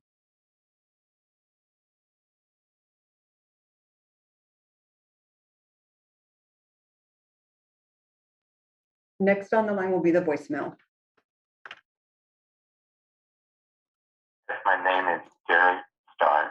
This is regarding the August 24th, 2021 Mendocino County Board of Supervisors special meeting regarding the critical water shortage emergency in the county of Mendocino. I am a 40-year Mendocinoite, a 17-year-old homeowner in the village of Mendocino. I'm an engineer by education and an entrepreneur by practice. I have been involved in several enterprises solving some of our most difficult environmental problems, ranging from practical electric vehicles, cost-effective solar, and water conservation and water purification. I've been in the acquisition of financing of over $400 million for these various projects. I have participated in many village efforts, including the Art Center, the pond, the park, and authoring a book about Mendocino. For years, I have been advocating for a better water system for Mendocino. Now, after back-to-back years of drought, we find ourselves in one of the worst water situations in the history of the village, if not the entire nation. Many of the news stories have highlighted the problem. I've seen very few solutions presented. I believe we need to solve this critical issue. The current and immediate crisis. We need water now. Solution: more storage and more water. Tanks are available, but they are expensive. Can there be a rebate purchase fund for tanks purchased during 2021? Transported water. Can we provide a rebate to help pay for the trucked in water during 2021? 2. Short-term water solutions. Solution: the quickest technology to implement is near the water systems and storage. A facility can be created quickly at various locations, including at the MCCSD site. We just need funding, maybe co-funding rebates to homeowners, businesses, or the MCCSD. 3. Long-term permanent solutions. A serious plan needs to be put in place. Water reclamation, distillation, storage, infrastructure. Major funding areas needed. I'm asking who is focused, who's working on this? Federal, state, county funds, FedTax, grants, a new water tax donation fund. Visitors love Mendocino. They will help if asked, and a plan is in place. It is clear that the MCCSD is underfunded and understaffed. Solution: the county needs to make water for Mendocino a priority. Mendocino has an untapped resource. Business enterprises, entrepreneurs, local residents, and volunteers. The Mendocino Water Angel Fund could be created and fully mobilized. Government, public, citizen, volunteer group needs to be empowered. There are a multitude fast-track solutions. Just as one example, we could create an ongoing source of water income by selling Mendocino fog water to visitors, donation box at restaurants, hotels, etc. Bed tax prioritization. We have over 2,000 visitors a day come to Mendocino. It seems that Mendocino creates quite a bit of bed tax. Yeah. And that concludes public comment for this item.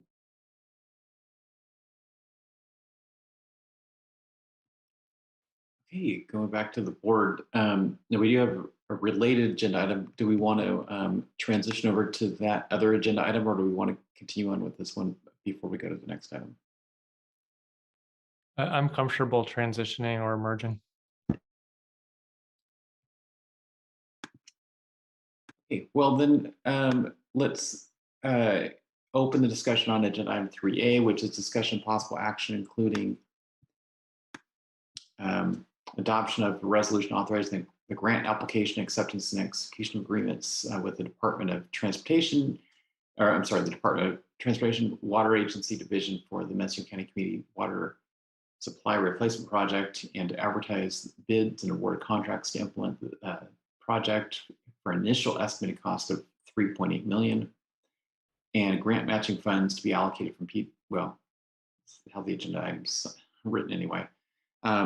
And so we're going to go, I think at this point, back to county staff for this item. Supervisor Williams. Yeah, I think I've heard a consensus on the board that we'd rather not target PG&E funds rather than go through public expression about using PG&E funds for this purpose.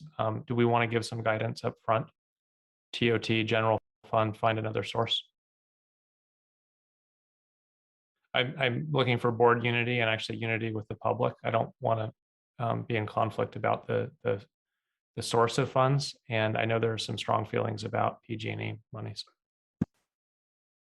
Yeah, Go ahead, Supervisor McWarty. I definitely second that. I don't want this to be divisive at a time where we really need to be together. So let's kind of scratch PG&E and just put general fund / TOT. Okay. Supervisor Hashak? Thank you, Chair Dirty. Yeah, I'm just trying to get my head around this 3.84 million. So that's, if we're looking at that 900 plus thousand that was estimated per month. And so that's running it out for 4 months. Is that how we're getting to that number? So, Mr. Chair, through the board, Howard DeShield, Director of Transportation. My item 3A, I see Chief Counsel Christian Curtis has his hand up, but yes, basically the math goes back to Josh Metz's general slide, which is again, an estimate, a projection, extrapolation of what we think we might need countywide for 4 months. That's correct. Right, and yet that's not considering any of the division of drinking water reimbursement or grants that we might get. Exactly. It's a contract amount, total contract cost, but the funding sources that would provide those funds are from multiple sources. County Counsel Christian Curtis. Thank you, Mr. Chair. I want to be clear. There was some discussion about other possible sources being general fund or TOT, and I believe that the PG&E funds, because the money is there, it would be possible to have a resolution sort of authorizing the expenditure today. If the board is going to direct, the fiscal staff to go look for other sources, we might have to come back with some future action to actually authorize it. And the fiscal team can speak to this better than I can, but I don't know right now if there is that amount of money in an unobligated general fund or TOT source. So if they're going to be looking for the source, we may have to find what that is and then come back with further action.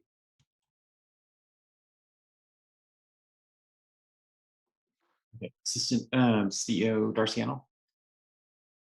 Yes, I'm Darcy Antle, Assistant CEO. Chair Jurdy, I concur with Christian County Counsel Curtis on this. If we are directed to go back, and I believe this contract amount, we are asking for 3.8 from the Department of Water Resources. This grant particularly does not have a share of cost. As Howard DOT Water Agency Director DeShield mentioned earlier, there are other grants that we expect will have a share of cost. So we were asking for funding where we do currently funds available, and that way we were going after PG&E. We could use those funds as in the reso and look to pay those back from other sources when years close and or when the state eventually finishes up their trailer bills and comes out with something mid-September.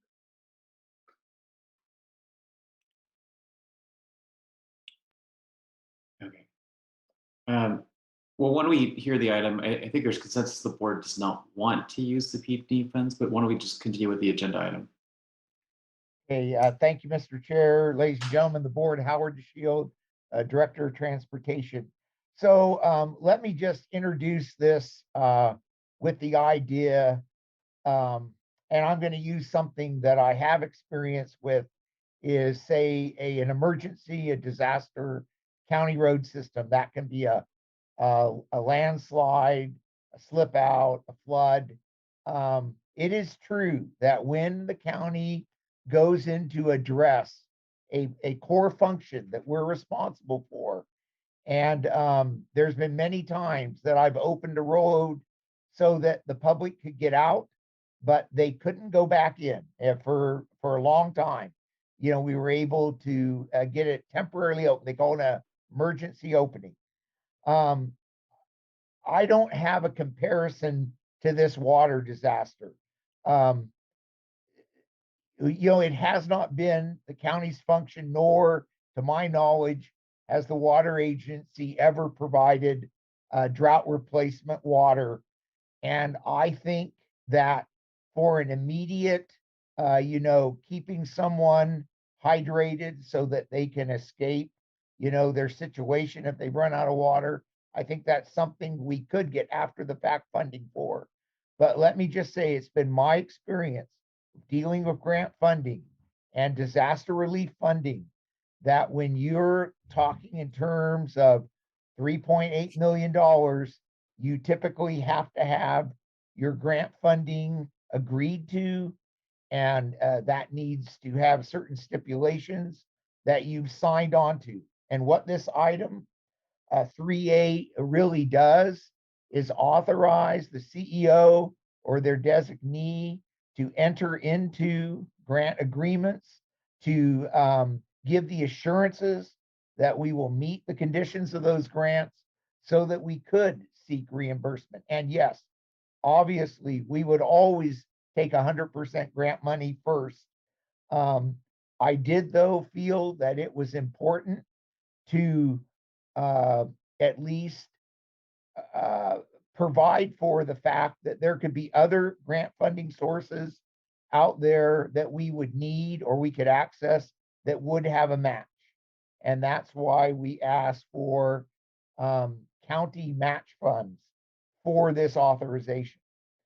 All that being said, and provided that staff right now, and they will be able to speak to this, there's staff in your recovery division at the CEO's office that have consultants that are ready to speak to you about these grants that they're searching for and have been in consultation about and have been working with our state partners on, provided that we're able to secure those. And this resolution before you today would give us the authority to do that.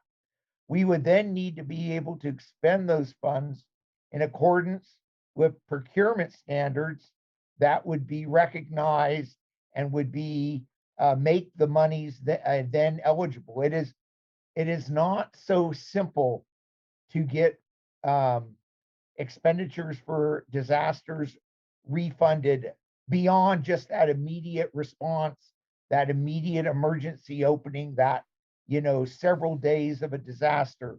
But for this kind of program that could go on 4 months, that could involve hundreds of thousands of dollars of expenditure, it's very important that we do that in a manner that assures we can get reimbursement. At least that is what this item is before you to ask you to allow us to do. I can't guarantee that we'll get the grants. I also can't guarantee that we'll be able to find transportation to haul as much water as we need to. That has been discussed in the item before this, that there's limits on the types of trucks that might be legal to use. But this item, in short, is a staff's attempt to do what the ad hoc committee for drought asked us to do. They asked us to try to get ready and to be ready to go as quickly as possible as soon as we have an opportunity. And that's what this item is for. And with that, I'll entertain questions. So I'll ask one. So Howard, first of all, I appreciate all the work you and everyone else has put into this. And I get what you're saying. The contracts with the state, should they agree to make reimbursements, would only go into effect in all likelihood after those agreements are signed. And so reimbursement from the state or federal government would only occur after those agreements are in place. And I'm grateful that you guys have put together this application that could enable those agreements to be put in place. One thought I've had is, just realistically, how long in the best case scenario do you think it could be before either you or Darcy could answer this perhaps? What's the best case scenario of how soon, if the county were to receive this grant, how soon might those agreements be locked in and the grants officially awarded to the county? Is it 2 weeks from now, 3 weeks from now? What's the best guess? I would let Assistant CEO Antle or their consultant at recovery respond to that. our attempt with this item is to have no delay on the part of the county. With the CEO having the authorization, she could immediately respond. So maybe with that, Darcy can direct you to some answers. Darcy Antle, Assistant CEO. Yes, we anticipate sending this application into DWR after this meeting. And potentially we could hear in 3 to 4 weeks. We do have Jordan Blau from Lako Associates on, and I believe Jordan was in the most recent conversations with them. So Jordan, do you have something to add? Hi, Darcy. I think you're Chair Jurdy, members of the board, thank you. So yes, I believe the 3 to 4 week timeline is what we'd expect from the state, and we do have an application prepped and close to ready to go pending decisions by this board that may need some adjustments on that application based on what's discussed in this meeting. And the thing I'd like to highlight on this program that we're proposing applying to right now, this is the Department of Water Resources Small Community Drought Relief Program. This is a new $200 million allocation that just came out a few weeks ago, and it's a non-competitive program. They are not waiting for all of the applications to come in by a deadline and evaluating them against one another. They're looking at whether or not the application meets the intent of the program, and they're going to be making decisions on those applications as they come in. So this would be an accelerated timeline as compared to your typical grant program where they're going to wait till after a deadline and score all the applications competitively. So this will be accelerated compared to your typical process. Thanks, Jordan. So your best guess at this point is 3 to 4 weeks before the application could be formally approved. Yes, and that's obviously pending the state's timeline, which we don't have a ton of insight into, but that's what we've been informed of so far. Thanks. Supervisor McGorty? Oh, this is a question for Howard. So Howard, I know some people have talked about the carbon footprint and their concerns about up to 10, 18-wheeler truckloads a day. Can you kind of put that in comparison to some of the traffic that we have on Mendocino roads right now? Through the chair, Howard DeShield, your Director of Transportation. Obviously, all sorts of goods and services are being trucked on the roads today. Many trucks. Any of us who drive the highways know that 6 trucks hauling water is probably 1% of all the trucking that would be going on. I understand that there are long-term plans to convert all of our vehicles to non-carbon producing, but those are in the future. So for the time being, this is just one of the things we have to do to meet any trucking service requirement. I've thought about this because it's been brought up by several people concerned about the amount of trucking that goes on for something like this. And so let's suppose we're bringing in 10 trucks a day. That compares to probably 50 that pull into some of our local timber producers who are sawing lumber. So it is a lot of trucks, but it's not a huge increase in traffic on the roads, just so everybody realizes that. When I calculate out the amount of water we're looking at hauling, it amounts to about 7 acre feet in a month, which is really not a huge amount of water as it goes to irrigating crops. But obviously it's critical for the people who need it.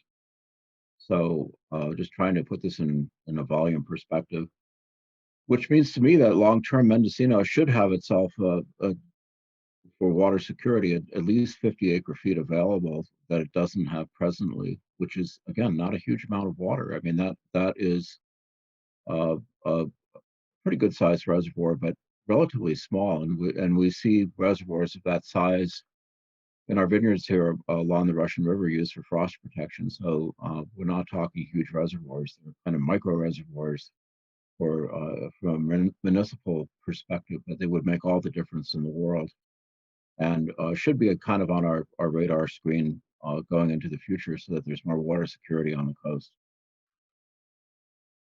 Thank you, Supervisor McGorty. Supervisor Williams? As the task force rolled out a temporary hose lay, can move a lot of water. I know it's a bit of hose and quite a few pumps, but compared to trucking, it seems like a lower per gallon cost. Well, there's a couple key issues in that. One of them is keeping the hose intact, and the other thing is actually the cost of material. It starts to add up pretty quickly if to bring a pipeline that far, even if it was on the surface and inexpensive material, it'd probably be way more than the trucking. So yeah, we pretty well ruled that out. Okay. What can we do besides supporting Howard's item, which I think is well crafted and does respect previous direction? What can we do to allocate some funding to the water agency to begin moving water from Ukiah to Fort Bragg as soon as the agreements are signed? I don't think we have residents that cannot buy water anywhere in county today. I think it's important that while we're waiting that best case 2 to 4 weeks, we begin shoveling water. Doesn't sound like we need $3 million to get started.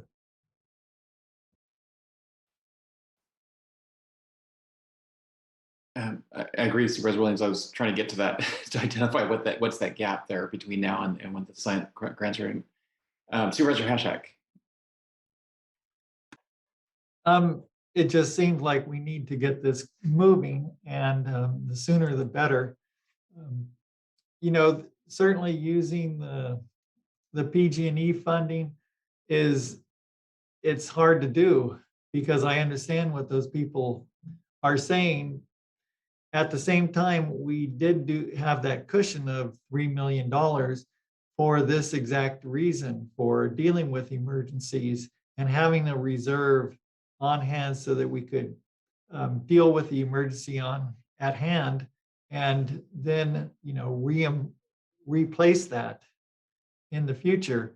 And so that would be, I guess, my hope or vision with this is let's get this moving. Let's use the PG&E money as it says in the resolution, and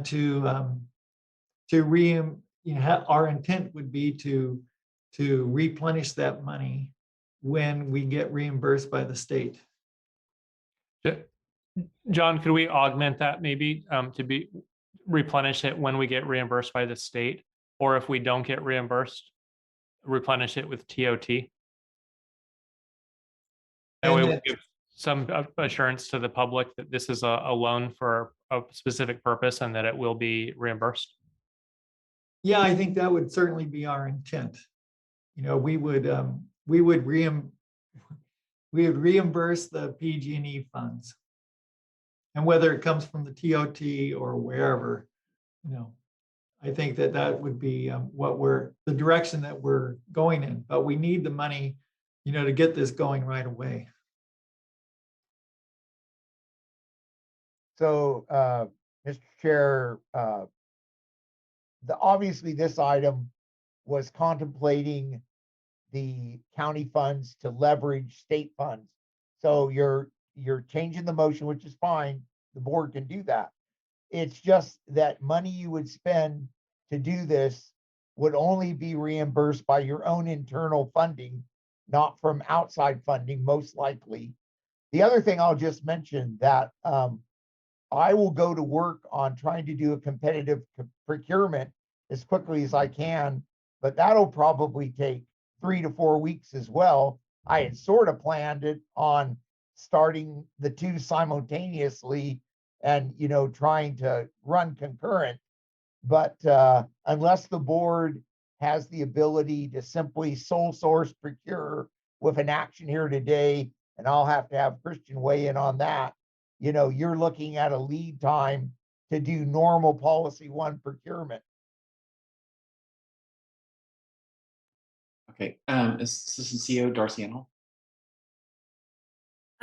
Chair Judy, to the point about using, I think it was Supervisor Hashak, the funds that all the TOT that was projected for 21-22 has been obligated in this year's budget. So any funds beyond that could be considered carry forward that you could then dedicate to this program, and you could stipulate that if you chose to. But just to be sure, the TOT that was projected by auditor controller, those funds are obligated already in your budget. Right. So for the time being, could we just use the PG&E money and with the intent of settling later on, reimbursing that from whatever the available funds are? Whether it's Certainly, state grants or TOT or whatever. Darcy Antle, Assistant CEO, certainly that can be addressed either at first quarter, depending on fund balance and carry forward, or at mid. All right, Supervisor McGorty. So the other question would be, can we move forward without doing that? Is that a possibility? For clarification, Supervisor McGorty, when you say can we do what? Adopt the contract without doing what? Without tapping PG&E funds, is there another mechanism by the county to be able to afford us to get started with this program? I think staff has told us no, they can correct us, but I don't, that's the only money we have to work with, it is what I've read from the conversation. And we need the hauling to basically start tomorrow. What I would hope is Howard would sole source for the immediate need and then go out to competitive bid for the longer term. And I mean, seriously, water needs to be flowing tomorrow or the next day. It can't be a month out. We're in bad shape today, but you look at where the drought will be in a month from now, we're going to be in dire straits. So I have a question for the board. When the board talks about TOT funds, are they talking about the TOT funds that are in the general fund that have already been obligated to other expenses? Are they talking about carry forward from last year, assuming that TOT dollars came in higher than budgeted? I mean, I think it's likely the TOT dollars will have some carry forward from last year, but we won't know for, I think, until around next month. September is usually when we find out from the auditor. And then also, we just approved a budget which invests a portion of the TOT dollars in advertising.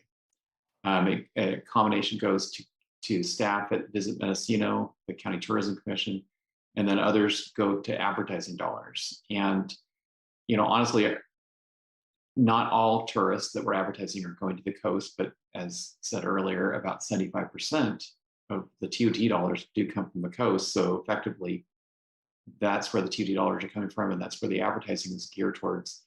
Does it really make sense to spend as much money on advertising when the lodging operators, many of them, don't have water to keep their doors open?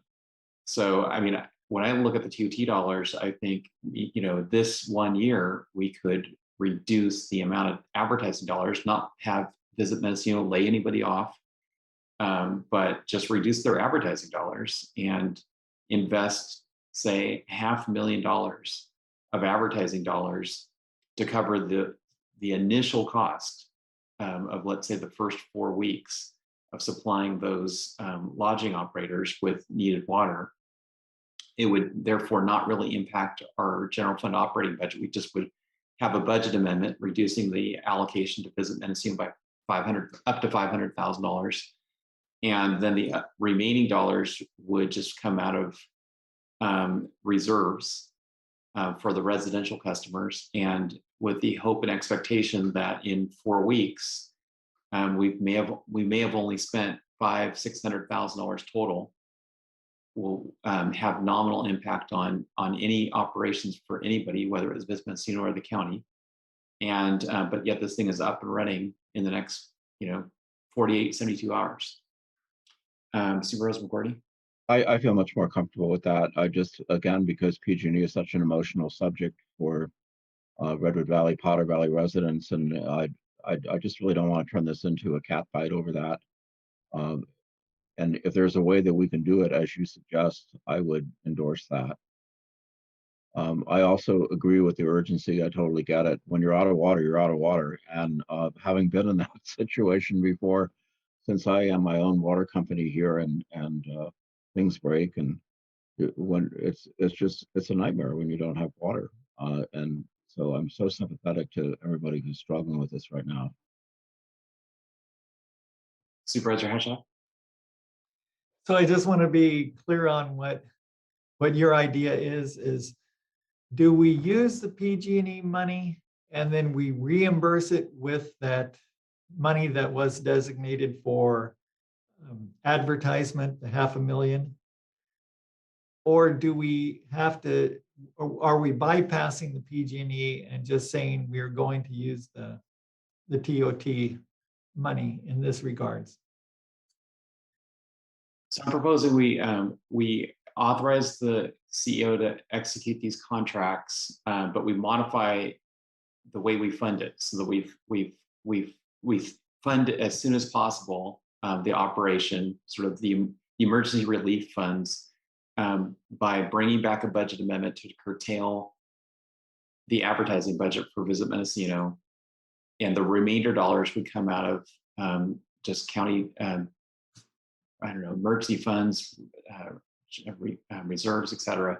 But the intent is we're not using county funds for more than 3 or 4 weeks. And then after that, we're expecting and hoping that the state grant will kick in, and we won't be using any county dollars at that point. Next two hands raised are Supervisor Williams, then County Council Christian Curtis. Yeah, Chair, would it be appropriate to bring Travis Scott in just to make sure we don't have unanticipated consequences with this move? Sure. There's Travis Scott with Visit Mendocino. Excuse me, this is Atlas Pearson, Deputy Clerk of the Board. We didn't intend or prepare for Travis Scott to be here. We can send him an invite, but I don't think he'll be able to log on immediately. We could take a break perhaps, and he might be back by then. Okay, I'm sorry, I thought he was in the meeting. County Council Christian Curtis.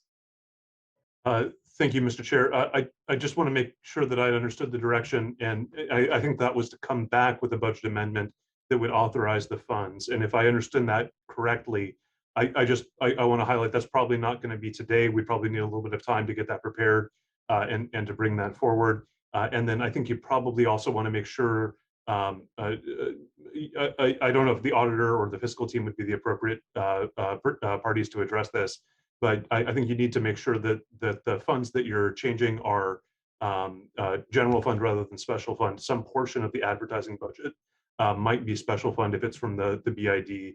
The auditor could speak to that better than I could. And then you'd also just want to make sure that those funds are actually available, and I would assume they're not expended at this point in the fiscal year, but just to make sure they're actually there before there's any reliance on that. Okay, great, thanks. Supervisor Williams? Yeah, my item was agendized for adjusting the budget today in hopes that we wouldn't have to come back. So I don't mean to say that from a Brown Act, if I'm in response to the chair, I don't mean to say from a Brown Act perspective that you couldn't do it, but in order to actually do the budget adjustment, you need to identify which budget is being reduced by which amount, and then we need to prepare a resolution to get that moving forward.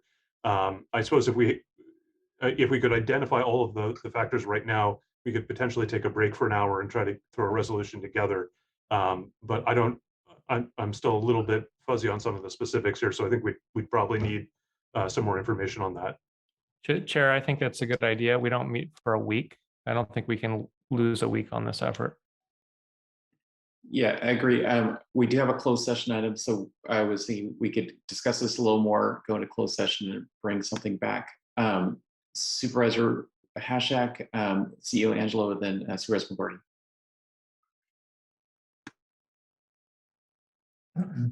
I'll let CEO Angelo go first. Thank you, Supervisor Hashak, Chair Jurdy. I just wanted to comment. We know that 75% of TOT comes from the coast. There's approximately 7.1 million of TOT for fiscal year 2021. So it would seem that there would be enough TOT dollars to at least get us started, if not more. I concur with the issue with the bid and with Visit Mendocino, that for them to not receive $500,000, it would be a lot of money for them not to receive. My guess is that they have everything budgeted. So that's my only comment. I think the TOT money, my guess is that, and I don't know if Darcy has any more on that, but just based on our conversation with the treasurer yesterday, the TOT dollars are probably the most appropriate at this point. And I do want to say that we were thinking that when staff talked about PG&E, it was never to take it and run with it. It was to utilize it because it was a very easy pot of money that's just sitting there that we could use today, that this board could use today for the emergency on the coast. So the goal was always to replace that money, whether it was with general fund, whether it was general fund TOT, or whether it was grant dollars. So I just want to be clear on that. But TOT seems like the best source of money. And Chair Jurdy, I don't know if Darcy wants to correct me. Darcy, please feel free to correct me. If you have anything else to add to that, I would appreciate it. Thank you. Chair Jurdy, Darcy Antle, Assistant CEO. I agree with the CEO Angelo that I believe we are over in TOT estimate and projection for fiscal year 2021, but we don't know what other budgets may have been short. So we do, we really need the auditor to weigh in to see where we are at with the rest of the departments in the county. So I'd hate to commit to that and then need it to cover some ongoing operational costs that we may not be aware of at this time. The auditor should close by September 4th or 5th. I don't know what kind of projection he'll have after that, but I would assume he would be able to tell us how that year ended at that time. And again, we did plan on putting the PG&E money back, replenishing it again at the time. It could be at first quarter or mid-year, and it could be as the TOT comes in for fiscal year 21-22. Supervisor Hashtag. Thank you, Chair Jurdy. So I guess I just see the easiest path forward is to take the money that we put in PG&E, that we put in the reserve to deal with these kind of situations. And then we can figure out at first quarter where we are with the budget. We can, with the full understanding that our intent will be to replace that funding. So I just think that that will be the easiest and the quickest way to get this rolling. Okay, it looks like Travis Scott, or Supervisor McCarty, you have your hand raised again? Yeah, so just real quickly, in terms of the speed of doing this, we still have to get our mutual aid agreements done before anything happens. So I know that Supervisor Williams is anxious to get the water flowing, but that also has to be part of the process, which is going to take some time. So I still tend to favor using TOT directly, and logic tells me that PG&E is a source, but I just kind of feel like I know there's going to be a lot of fuss about that, and would rather avoid the controversy for our board. Supervisor Williams.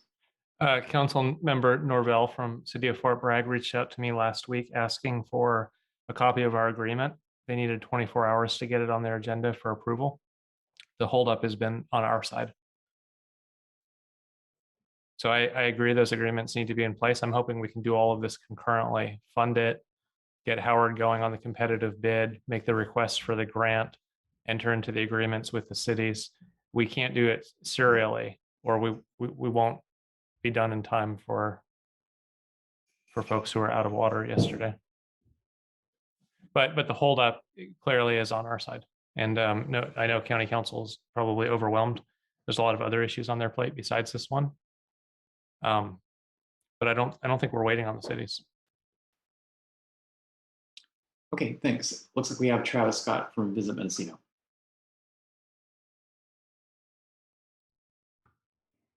Yes, hi, good afternoon, Chair of the Board, Supervisors. Sorry, I wasn't fully listening to the meeting earlier. What would you like answered? Well, Travis, what I brought up was the fact that, we've got a situation here where lodging operators on the coast, as well as obviously residents, are going to have to shutter their doors without water. And the board really doesn't want to use any of the PG&E funds for moving water from inland to wells or water tanks on the coast, and I think with good reason. So we have a high likelihood of getting a state grant of that could fund up to 4 months of water delivery to folks on the coast. The issue is those grants won't be available for reimbursement until after they're in place. And best estimate is that the state would review and approve the grant application in 3 to 4 weeks. So we're looking at about on the upper end of about $900,000 in expenses. And what I proposed was that the county's cost for delivering the water to the businesses, lodging operators, would come out of the advertising budget for Visit Mendocino, which could not have been spent yet. And so you're probably looking at, even if the total cost was $900,000 for a month, you're talking less than half of that probably would be to those businesses. And the other half would come out of the county's general fund anticipated revenues that we have coming in from this last year that have not been fully recorded yet. But in September, the county kind of balances out the books and likely will have revenues in excess of expenses at the end of last year. So that was my suggestion. And so looking for any feedback from you. Sure, thanks for the opportunity. Sorry, I wasn't listening to the entire meeting. Had things stacked up today. So we, as I'm sure you guys understand, we have already budgeted our year and wait until we have our contract with the county to sign our contractors and marketing agreements for the year. So we have, in contract, spent our budget for the year. And while we are not currently marketing with a call to action for people to come here for several reasons, COVID and water issues, we are focusing on brand awareness, keeping our name as a tourism destination alive through the pandemic, as well as water crisis and potential fires, et cetera. We are a road trip destination, and with consumer confidence and air travel being low, the road trip destinations in California are all fighting for market share this year. And I believe if we reduce our brand awareness, we lose traction as a destination in the future.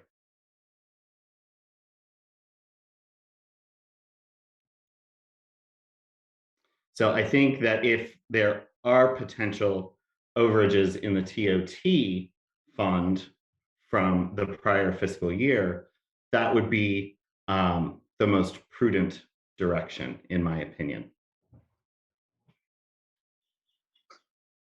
Okay, so Travis, to clarify, are you saying that there are either no reserves or no unencumbered revenues that Visit Mendocino has?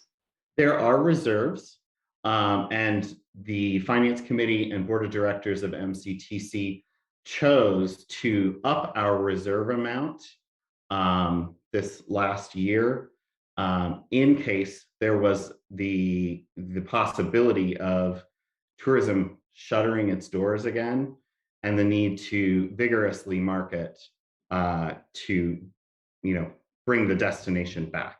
So we do have some funds. They are there for a reason. And they are currently unallocated, but they are for emergency use.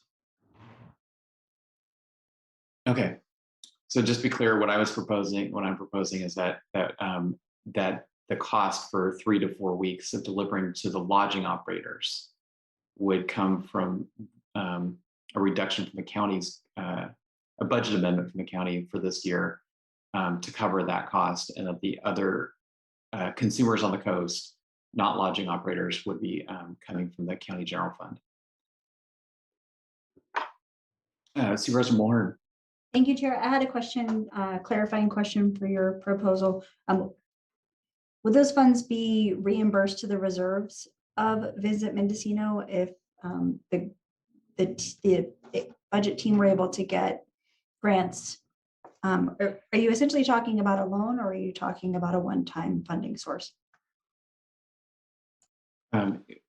If we get grant funds, great, then we don't have to use local funds. But if we were using local funds, then the mix I was proposing was a budget amendment to cover the cost for the lodging operators and county general fund for non-lodging operators, primarily residents.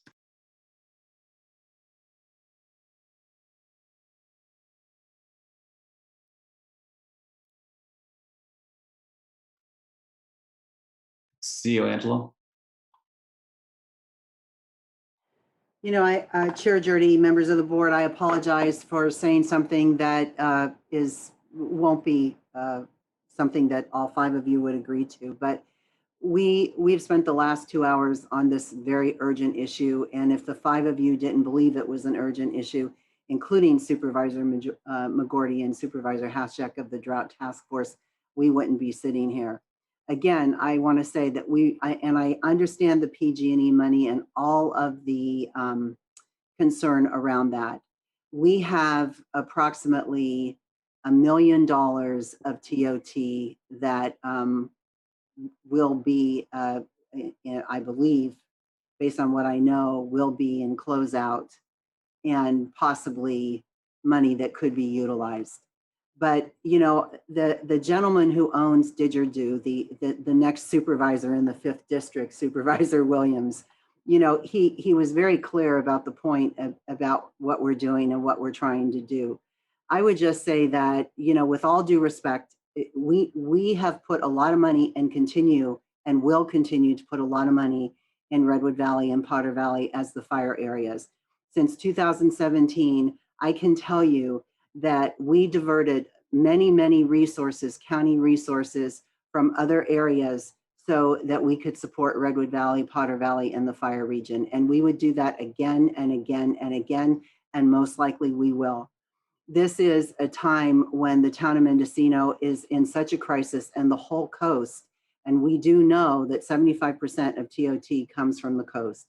And so I respectfully request that this board really look at the item at hand in front of you. And I know you don't want to use PG&E, but the quickest way to get water to the town of Mendocino is the item in front of you, that we would use PG&E money and that we absolutely would replace it, whether it's grant dollars or whether it's TOT dollars. And Supervisor McGorty, I apologize to you because I know you don't want to do this. But, you know, in watching this and seeing this meeting, it just seems to me like it's a slam dunk. You have money in hand that you can use for the water crisis that's on the coast. And we don't want to use it because the people in Redwood Valley don't want that money used. Well, I understand what a critical issue this is, but nobody's saying that we're going to take that money and that it's never going to be used in any other part of the county. What we're saying is that we need the money right now to provide water. And so it just would seem to me that this board could approve utilizing the PG&E funds so we could get the water to the coast, with the understanding that whether it's TOT, grant dollars, whatever it is, that money will be replaced, which is still your money. That PG&E money is the board's money. It is still your money. Whether we take it for the coast, whether we give it all to Redwood Valley, it is your money to utilize for the highest good for the full county. So I respectfully request that you stay with the item and that you vote to utilize PG&E money with the understanding that money will be returned to the PG&E fund as soon as you can return it. Thank you. Okay, thank you, CEO Angelo. Supervisor Haschek. Well, thank you, CEO Angelo, for stating that, what I was stating earlier. And so the way to do that would be to approve this resolution. Would that be the process? I believe so. Okay, so I'll make a motion to, if you're ready for a motion, Chair Jurdy. Supervisor Haschak, could I ask, when you make that motion, the recommended action will work for me. Is it possible to augment it to include staff working with supervisors to avoid any personal conflict that would give rise to concern? Or maybe county council has some choice language. I don't think I'm likely to buy any of this water that we're talking about, but I want to make sure that that doesn't happen, or if I'm somehow forced to, because I don't control the water company that supplies me, that I have a way to write a check to the county to avoid conflict. Well, I would certainly make the motion and include that if need be, according to county council. And I'm sorry, Mr. Chair, have we gone to public comment just yet? I don't think we have gone to general public comment, so we should probably do that. But I think it's helpful for the public to know where the board's going, and so there's a motion that's about to be made. But let's go to public comment. First will be Peter McNamee, followed by Denick Murphy.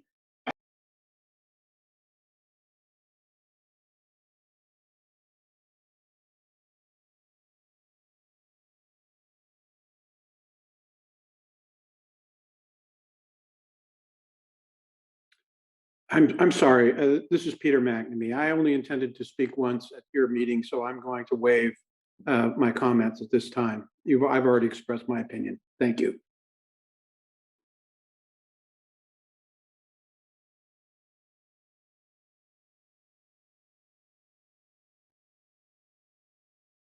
And this is Denick Murphy. And the same for me. I will waive further comments. I thank you for your discussion and your action today. And that concludes public comment.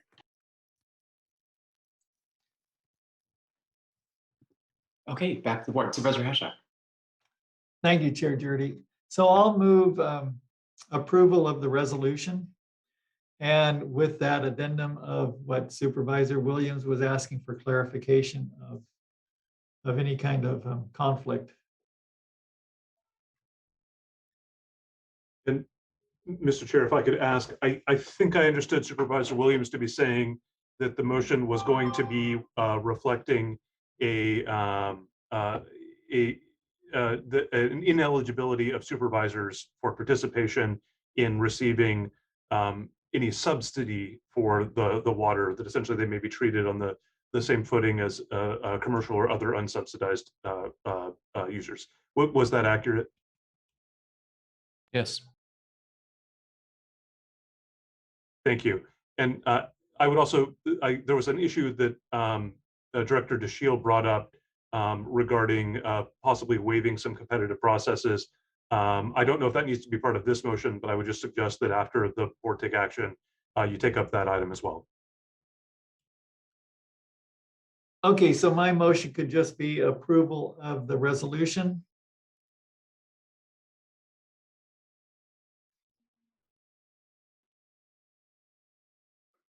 Second. This is Atlas Pearson, Deputy Clerk of the Board. I just want to verify here and make sure that we have it very clear. Are you moving the recommended action without the addendum that Supervisor Williams added regarding conflict of interest? Is it just the recommended action? Yes.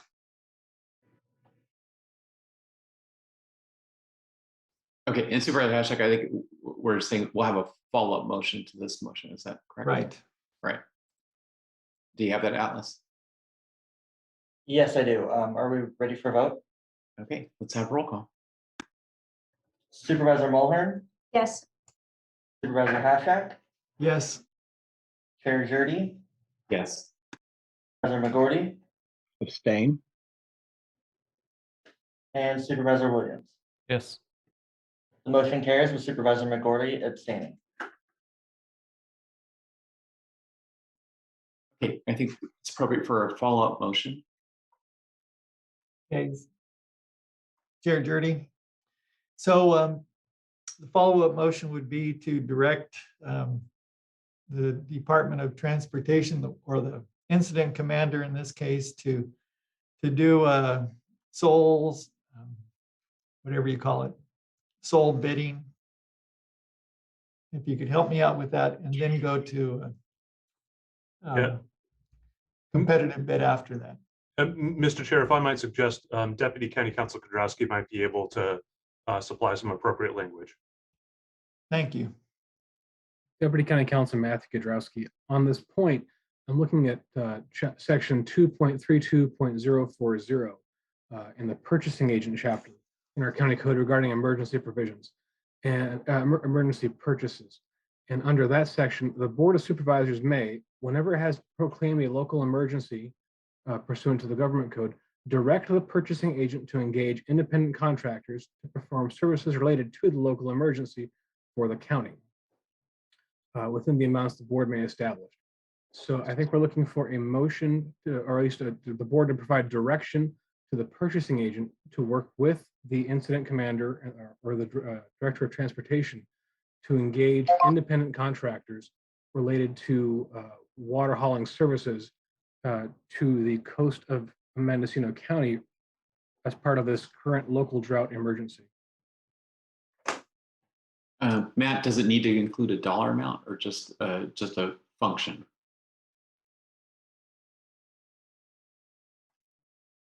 Just looking at the wording now, it does refer to a dollar amount that the board may establish. And given the wording we were just discussing as part of the last motion, I don't know if we would want to go to that full potential 3 to 4 week dollar amount or what the board wants to discuss. Okay, so my question to Howard would be, do you have an idea if we should put a dollar amount? Well, I always think, Mr. Chair, Howard Deschute, Director of Transportation, or through the chair, Supervisor # Howard Deschute, Director of Transportation. I think it's a good idea because typically and obviously the county normally is working within their legal authority and responsibility to accomplish a core county function. And the county has never procured, moved, or resupplied water as a function. So we normally, for instance, I'll give you an example. In the county road system, I have state authority in emergencies to spend up to the amount that's in my budget. So I do think you should set some kind of limit, and then it would be up to the purchasing agent to work within that. But there should be a limit, in my opinion. CO Angela? Yeah, thank you, Chair Jurdy. As your purchasing agent, I am really pleased that you're moving forward with waiving the competitive process, and this is part of our declared emergency. I think, though, that Howard is very conservative here. It's not a bad idea to go up to, and so Howard, I don't know how many millions you want to go up to as far as the authority that we have. And the only other comment, Chair Jurdy, is that I think it will be important as we move forward with this, that the board define the domestic versus business, because that could be something that creates a problem in the future, and we'd like to have the clarification with that as well. But Howard, I would ask you your thoughts on up to 2 million, up to 4 million. What are you thinking, Howard? Well, I'm thinking that we'll know something about the grants within a month. So I'm thinking you should start at 1 million, no more than that. And then we'll know what has happened with the grant money by then. So Chair Jurdy, Howard is going with 1 million. I would go with 2 million. So possibly you want to say 1.5. I don't know. Up to, if you say up to 1 million, that and it's 1.1, we have to come back. If you go 1.5, it gives a little leeway. I agree with what Howard's saying. I just think it would serve us to go above a little bit of what we think we'll need. Thank you. Okay, I would recommend this item is going to be on our agenda each meeting, but going with a cap of up to 1.5 million seems reasonable. Supervisor Hashak. Well, if you're ready, I'll try again for this motion. So I move that we direct the purchasing agent to work with incident commander for contracting water hauling services and waive the competitive process up to $1.5 million. Second, and a question. We're talking about, I think, 33 truckloads per day. I imagine those trucks will run twice a day, maybe 3 times a day. Do we know that we have adequate licensed water trucks in county or available to the county for this purpose? Again, through the chair, Howard DeShield, Director of Transportation, there have been a number of companies, even out of the area, that are interested in hauling water. The thing about non-competitive bidding is you call around and try to get some quotes, but you're pretty much paying for whoever will show up. So I'm sure we'll find somebody in the state at some price that'll do it. Yes. Okay, Supervisor McGorty, then CEO Angela. So just for the record, I want to let you know that I'm very supportive of helping everybody on the coast. I just kind of feel like we could do this with a little bit more time. Maybe we don't have a little bit more time, but that's what my reluctance is that it just feels like we're moving off quick. And unless everybody signs their agreement for PG&E money in blood, we want to be really damn sure that this gets paid back. It's really critical, and the process. And I understand what Ted's saying. Yeah, it is. This would have been a lot better if it was done yesterday. I understand the urgency, but I just have a discomfort level here that I don't usually have. So I'm just expressing it. Is there anything we could do to try to bring you along? I understand the discomfort, but the point about we should slow down, we don't have the time. It's like we used our available time. We're out of time. Water is stopped. So if there's another idea on the table where we could get all 5, I'd like to go there. I don't know what that would be. So what would help if we had a really definitive plan about TOT that says, okay, we're taking PG&E dollars, but by this date, we've switched funds and paid it back. I mean, I think that. Glenn, I don't know if this will help you or just make it worse, but the reality is the board can allocate the TOT funds just like it can allocate the PG&E settlement funds. So, by using future TOT, which means we cut somewhere else because all those dollars are always allocated to put in the PG&E funds, then we allocate the PG&E funds. It's the same as our normal budgeting process. These dollars are all available for the same purpose. So it's kind of like in label only. And the county has funded inland water projects. I know I've been part of those votes. And this is a situation where now another part of the county has a water crisis, just like Potter Valley project was a crisis and remains a crisis, frankly.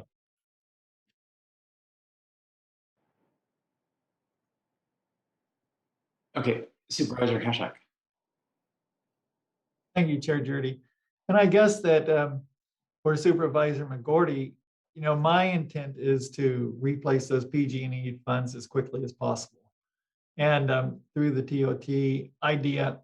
And I think that if we had a statement from each board member, that's our intent. I mean, is that good enough for you? That helps. Okay. Well, I said earlier today, and I said again, it's certainly my intent. Deputy County Counsel Matt Kurdowski. Through the chair, when the board is ready, I have one minor addition, I think, to the direction as proposed, just to clarify its relation to the emergency. I would just add the phrase that this is all related to the currently declared drought emergency to that motion. Very good. Okay, so the maker of the motion wants to incorporate that language.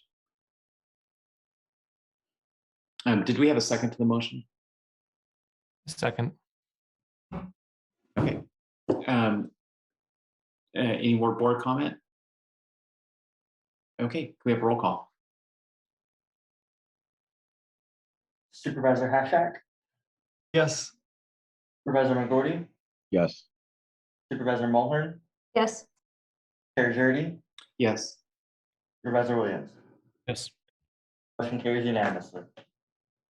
Chair Jurdy, I have one last question for the board related to the two items that we passed today. It's my understanding that we're going to address the life safety residential water concern and pass along the actual costs for commercial users.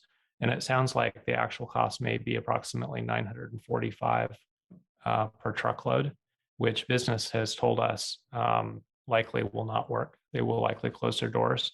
Does the board see the need to have any sort of follow-up or next steps on that item, how to save our local economy from what this sticker price will cost, or are we done?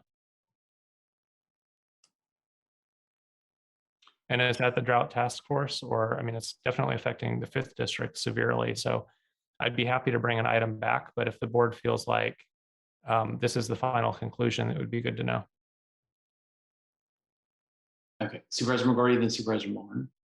Yeah, I don't think it's the final. I think that the businesses have to think about any creative solutions they may have too, like a water surcharge for lodging. If someone's paying $500 for a room and you ask for another $25 to pay for water surcharge because of extreme drought conditions, I mean, that could be an option. And yes, it'd be great, Supervisor Williams, if you could, do a poll and find out, first of all, how many customers are we talking about exactly who are in need of the service, and what what's kind of their break even or their breaking point where they just can't bear this anymore, because obviously it's about health and human safety, but also it's about our economy staying afloat on the coast, and they've already taken one massive hit with COVID, and I don't want to see them go down because we got cheap for a relatively small amount of money. But if they have, I think at 9:45 we've hit that breaking point, and that's really what I wanted to convey. And whether we come back to address it in some way, I'm not sure how to address it. It's purely a money problem. Supervisor Mulhern.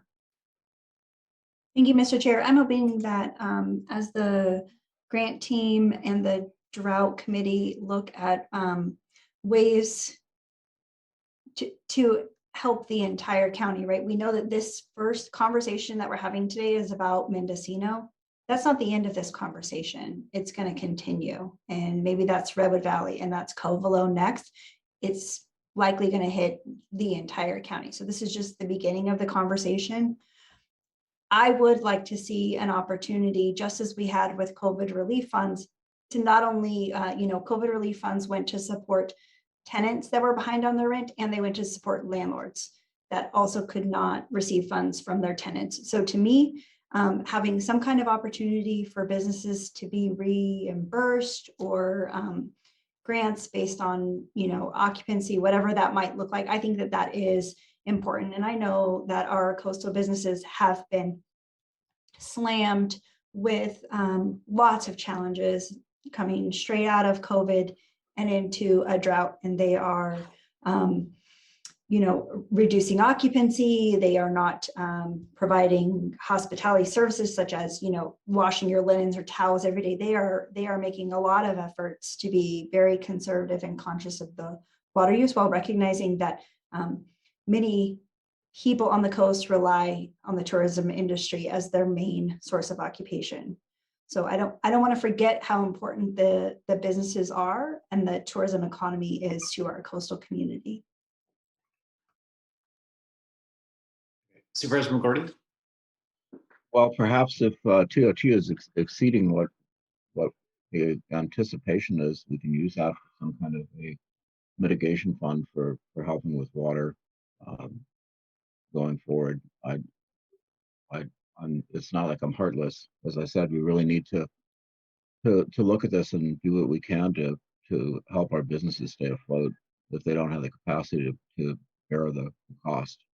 Because in the end, it'll cost us more if we have unemployed people in closed businesses. Okay, Supervisor Hashak. Thank you, Chair Jordy. So maybe Supervisor McGordy and I, as a drought task force, can look into this issue and try to come up with some options for the board. Okay, well, this will be on our agenda at our next meeting. So, hopefully we'll have some options at our next meeting. We do have a closed session item, looking at county council, but it looks to me like we should be going into closed session. I don't know if we're holding off to go to closed session at 4, or we just didn't anticipate getting to closed session until 4. I believe we'd be prepared to go ahead and go into closed session now. I would ask if we could maybe have a 10-minute break. Yeah. So Chair Jordy, before we move on, I just want to be sure that operationally, Howard and Darcy and Josh and Sarah, that they have what they need here, because there still was the question about defining domestic versus business, and that is a key issue and a big issue. If it's not pertinent today, then we don't have to go through that. But I just, since it was brought to me, I just want to be certain that there is no additional direction that staff needs from this board before we take a break before closed session. Okay, great. Josh, are you looking for anything else? Yeah, thank you. I just wanted to point out that USGS has definitions for domestic and commercial water use on a, it's a federal definition that they use, which is pretty straightforward. I would propose that we refer to those for our purposes, and just to answer that particular question. Otherwise, it sounds to me like the actions you've taken here would, as far as I can tell, I would want to double check with Howard and Darcy, but would meet the needs that we have to get moving. Okay, Darcy and Howard, do you have anything else? Well, Darcy, whoop. Go ahead, Howard. All right, Josh, on those definitions from USGS, I'm assuming that commercial use doesn't include agriculture. Yeah, so let's see. So domestic use is water used for indoor and outdoor household purposes. All the things you do at home, and then there's a list of them. Commercial water use is water for hotels, motels, restaurants, office buildings, other commercial facilities, military and non-military institutions, off-stream fish hatcheries. Yeah, so it is not specifically that they have a category called animal specialties water use, which includes fish hatcheries, commercial, and the raising of horses and fur-bearing animals such as rabbits and pets. So, okay, I can go along. You're not watering crops though, but you can keep your animals alive. That makes sense to me. yeah, there's nothing in here for agricultural use. Okay, Darcy. I was going to ask the same question. So that definition that Josh shared was adequate for me as well. Thank you. Okay, again, this will be on our next agenda as well. So any refinements we could bring forward then.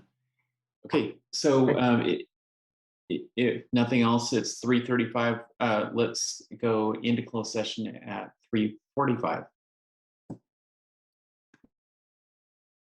I got vaccinated for the people who can't. I got vaccinated because I want to be part of the solution. I love Mendocino County, and I want us to be able to live our lives again and build stronger communities. I got vaccinated because I believe in science. I want to protect my community, my patients, and my family. I want to do my part for others, for children who should be in school, for frontline workers who we so depend on, and for the millions of people worldwide who lost their lives to COVID this last year.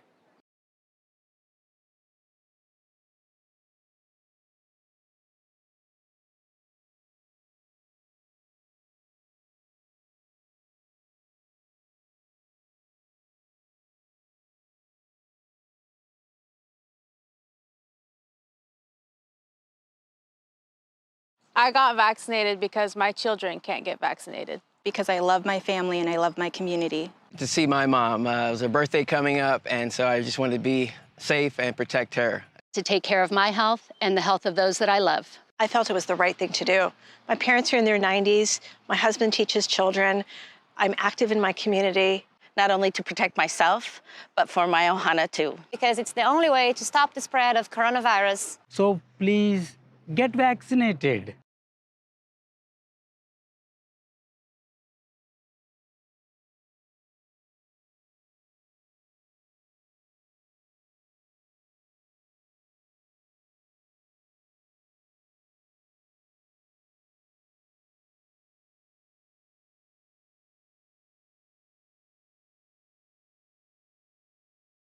Los latinos componemos el 25% de los habitantes del condado. Aún así, la mitad de los casos del COVID somos nosotros. Nuestra comunidad depende mucho de la población hispana. Desafortunadamente, no recibimos la protección necesaria, así que es importante que nos cuidemos uno al otro. De este modo, no perderemos a nuestros seres queridos y podremos disfrutar de nuestras reuniones familiares.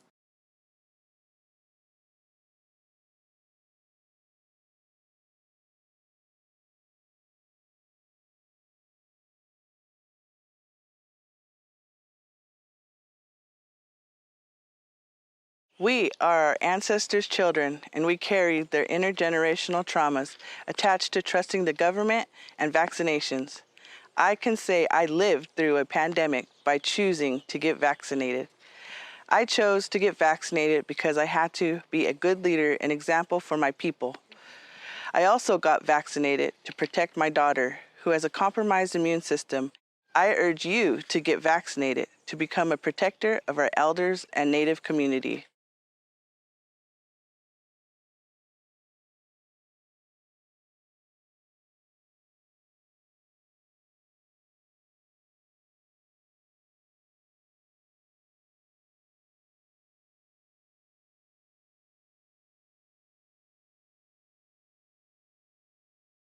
Cuando contraté el COVID me espanté, pero cuando admitieron a mi papá al hospital con la infección de COVID me espanté aún más.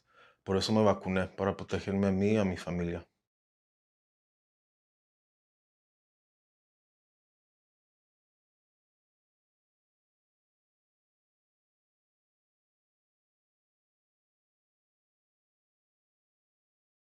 We are so lucky to live in Mendocino County. The beauty of this place is reflected in the hearts of the people who live here. We may not all look alike or sound alike, but we are all one community. During this pandemic, we need to be kind to one another and keep each other safe. By being careful not to spread the virus. And by getting vaccinated as soon as we can.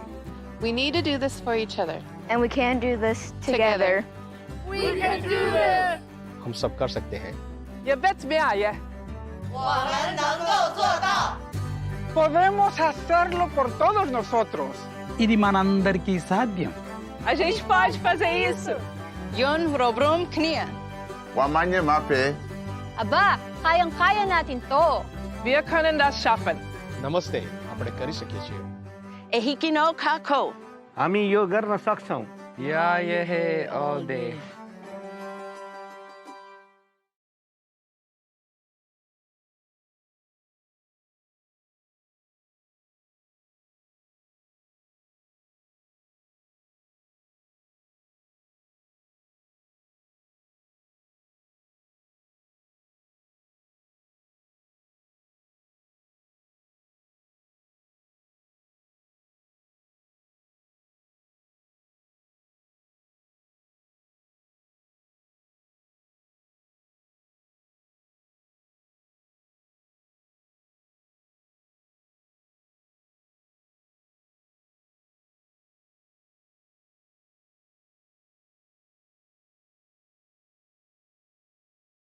I got vaccinated because my children can't get vaccinated. Because I love my family and I love my community. To see my mom. It was her birthday coming up, and so I just wanted to be safe and protect her. To take care of my health and the health of those that I love.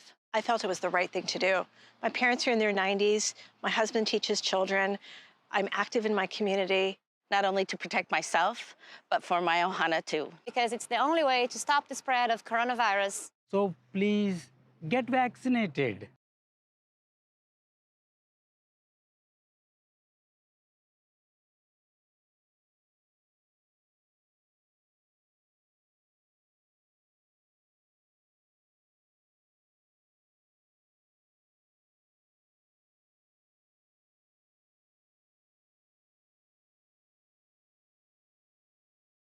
We are in the race of our lives. For all of our lives. Against COVID-19. The virus keeps changing into new variants. Which is what viruses tend to do when they spread. Some variants are more contagious, while others cause more disease and death. If we do not stop the spread of COVID-19 soon, Some variants may develop that we do not have antiviral therapies for. Some could make our vaccines less effective or not effective at all. This would set us back to where we were last year. when we were worried that our hospitals would be overwhelmed, when schools closed and children had to shelter in place, and when we could not see friends and family for fear of spreading COVID-19. So it's so important that we take all necessary precautions to protect everyone, especially the most vulnerable among us.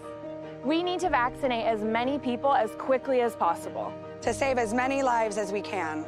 Together, we can win this race. For our patients. For our elders. For ourselves. For you. For us. For our community. Por nuestra comunidad.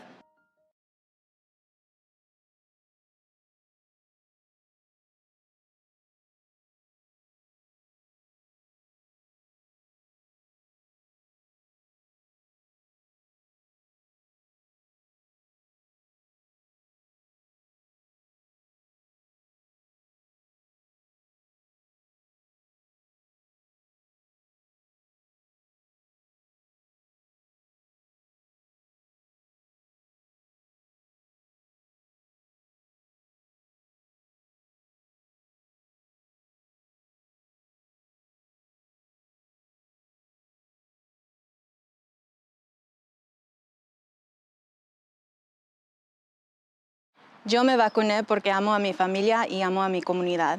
Yo me vacuné para no exponer a personas vulnerables y no poner en riesgo las personas que amo. Yo me vacuné. Mi vida es importante, mi salud es importante.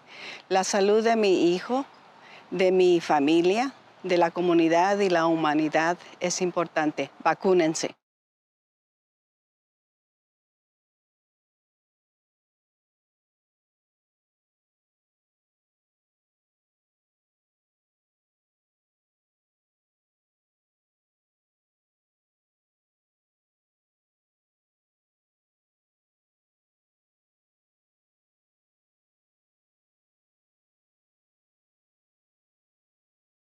When I got vaccinated for a different reason than I'm telling you to get vaccinated for. I got vaccinated in December because I was terrified I would get sick and I would get my father or my wife or one of my patients sick. In May, I'm telling you, vaccinate so we can get back to normal life. We all want to get to barbecues and parties and to travel. If we go back to regular life without vaccines, we're guaranteed to get COVID. These vaccines are amazingly safe. COVID is not. So get vaccinated so we can start the best summer ever.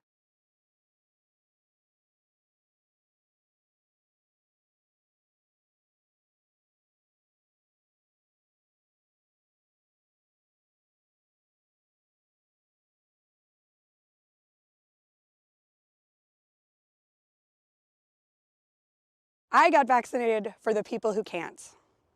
I got vaccinated because I want to be part of the solution.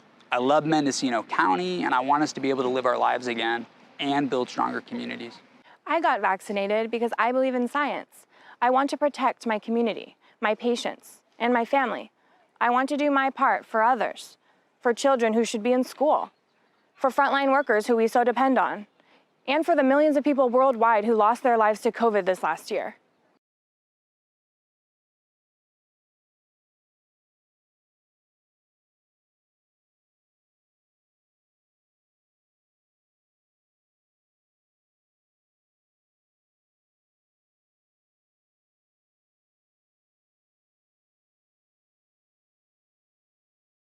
I got vaccinated because my children can't get vaccinated. Because I love my family and I love my community. To see my mom. It was her birthday coming up, and so I just wanted to be safe and protect her. To take care of my health and the health of those that I love. I felt it was the right thing to do. My parents are in their 90s. My husband teaches children. I'm active in my community.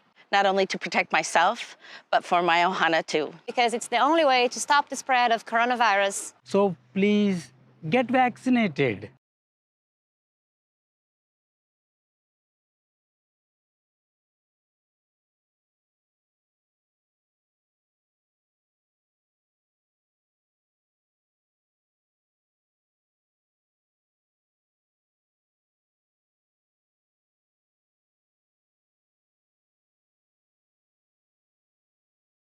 Los latinos componemos el 25% de los habitantes del condado. Aún así, la mitad de los casos del COVID somos nosotros. Nuestra comunidad depende mucho de la población hispana. Desafortunadamente, no recibimos la protección necesaria, así que es importante que nos cuidemos uno al otro. De este modo, no perderemos a nuestros seres queridos y podremos disfrutar de nuestras reuniones familiares.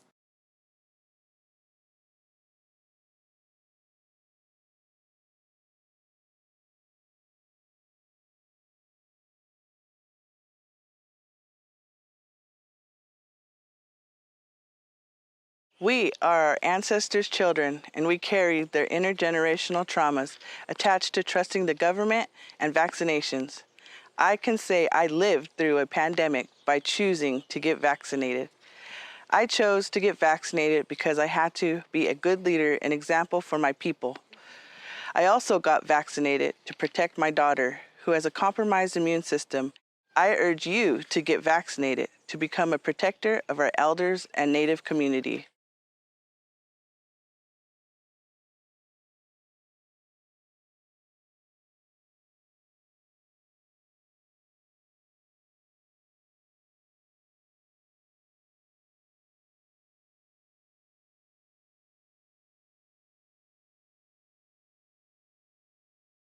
Cuando contraté el COVID me espanté, pero cuando admitieron a mi papá al hospital con la infección de COVID me espanté aún más. Por eso me vacuné, para protegerme a mí y a mi familia.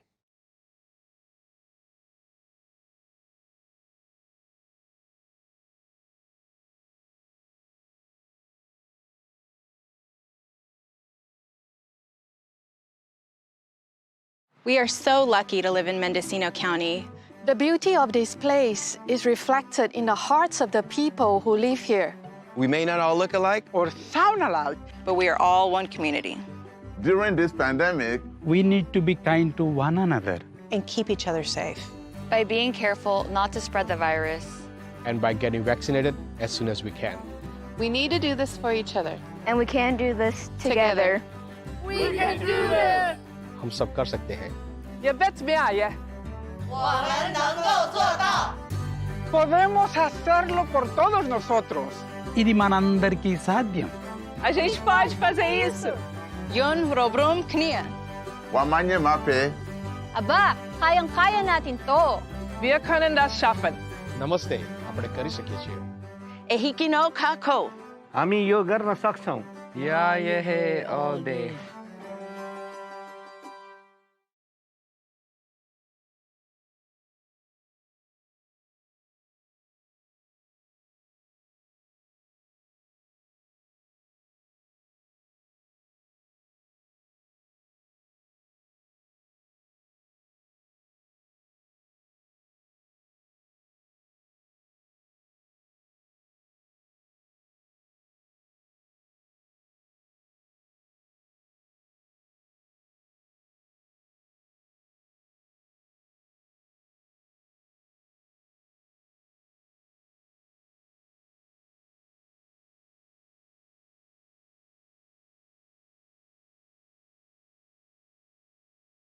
I got vaccinated because my children can't get vaccinated. Because I love my family and I love my community. To see my mom. It was her birthday coming up, and so I just wanted to be safe and protect her. To take care of my health and the health of those that I love. I felt it was the right thing to do. My parents are in their 90s. My husband teaches children. I'm active in my community. Not only to protect myself, but for my ohana too. Because it's the only way to stop the spread of coronavirus. So please get vaccinated.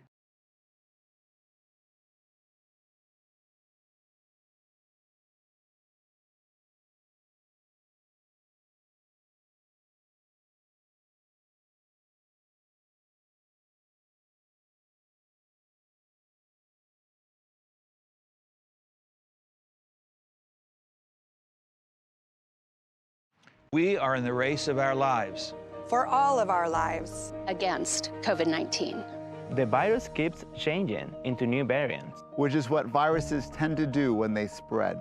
Some variants are more contagious, while others cause more disease and death. If we do not stop the spread of COVID-19 soon, some variants may develop that we do not have antiviral therapies for. Some could make our vaccines less effective or not effective at all. This would set us back to where we were last year. When we were worried that our hospitals would be overwhelmed. When schools closed and children had to shelter in place. And when we could not see friends and family for fear of spreading COVID-19. So it's so important that we take all necessary precautions to protect everyone, especially the most vulnerable among us. We need to vaccinate as many people as quickly as possible. To save as many lives as we can. Together, we can win this race. For our patients. For our elders. For ourselves. For you. For us. For our community. Por nuestra comunidad.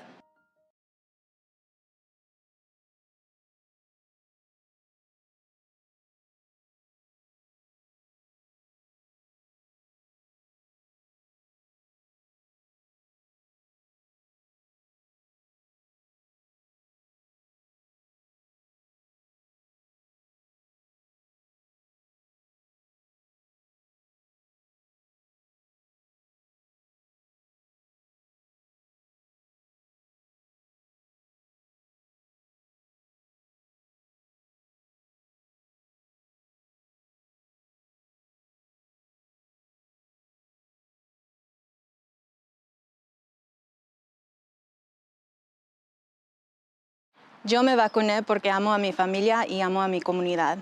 Yo me vacuné para no exponer a personas vulnerables y no poner en riesgo las personas que amo. Yo me vacuné. Mi vida es importante, mi salud es importante. La salud de mi hijo, de mi familia, de la comunidad y la humanidad es importante. Vacúnense.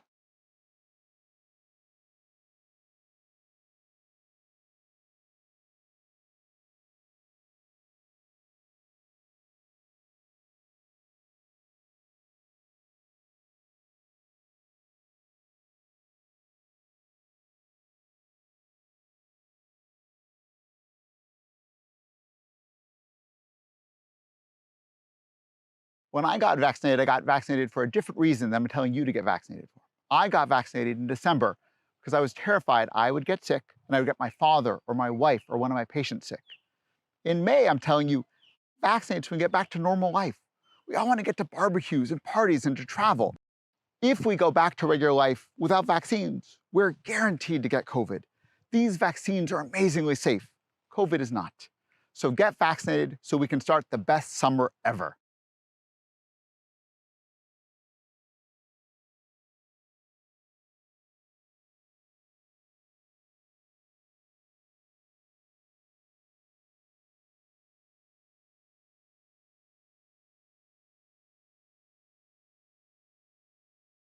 I got vaccinated for the people who can't. I got vaccinated because I want to be part of the solution. I love Mendocino County, and I want us to be able to live our lives again and build stronger communities. I got vaccinated because I believe in science. I want to protect my community, my patients, and my family. I want to do my part for others, for children who should be in school, for frontline workers who we so depend on, and for the millions of people worldwide who lost their lives to COVID this last year.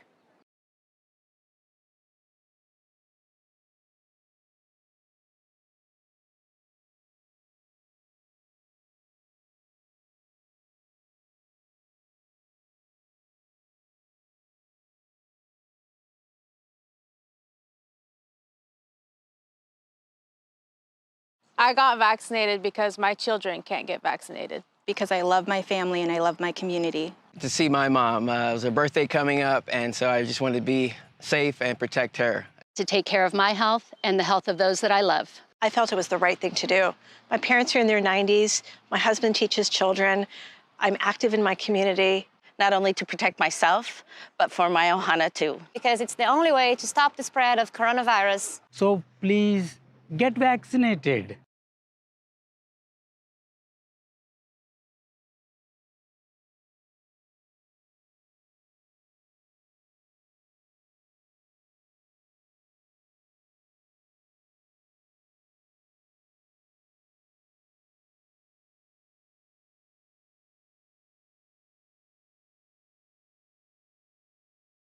Los latinos componemos el 25% de los habitantes del condado. Aún así, la mitad de los casos del COVID somos nosotros.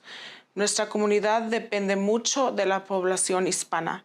Desafortunadamente, no recibimos la protección necesaria, así que es importante que nos cuidemos uno al otro. De este modo, no perderemos a nuestros seres queridos y podremos disfrutar de nuestras reuniones familiares.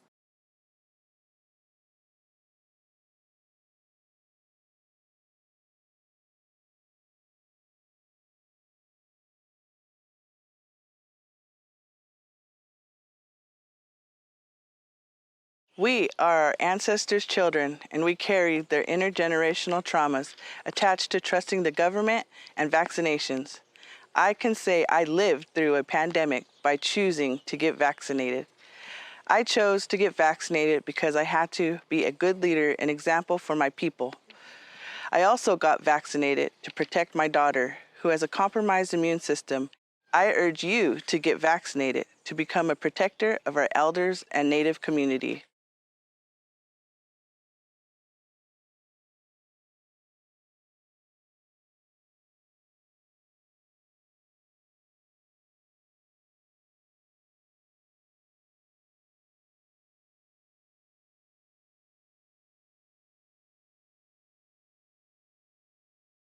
Cuando contraté el COVID me espanté, pero cuando admitieron a mi papá al hospital con la infección de COVID me espanté aún más. Por eso me vacuné, para protegerme a mí y a mi familia.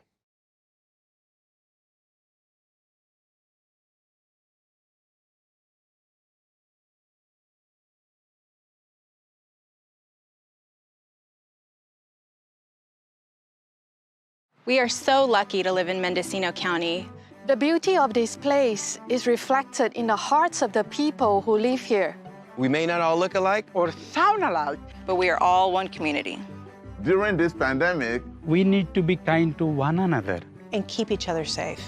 By being careful not to spread the virus. And by getting vaccinated as soon as we can. We need to do this for each other. And we can do this together. We can do this! हम सब कर सकते हैं. ये bet में आया. 我们能够做到. Podemos hacerlo por todos nosotros. Idi manandarki sadyam. A gente pode fazer isso. Yun robrum knia. Wamanye mape. Aba, kayang-kaya natin to. Wir können das schaffen. नमस्ते, આપણે કરી શકીએ છીએ. Ehikino kako. हामी यो गर्न सक्छौं. Yeah, yeah, all day.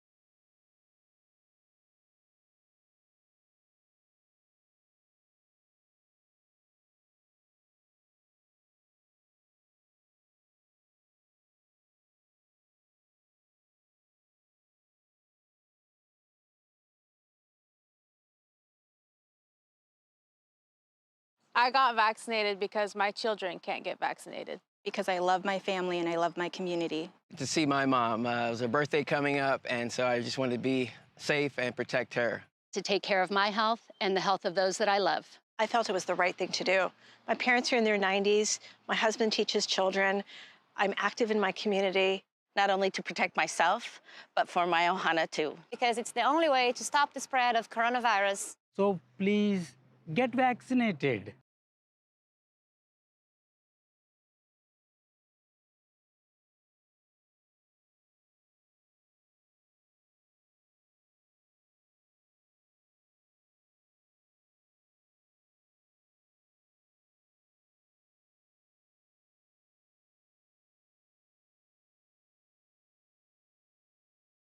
We are in the race of our lives.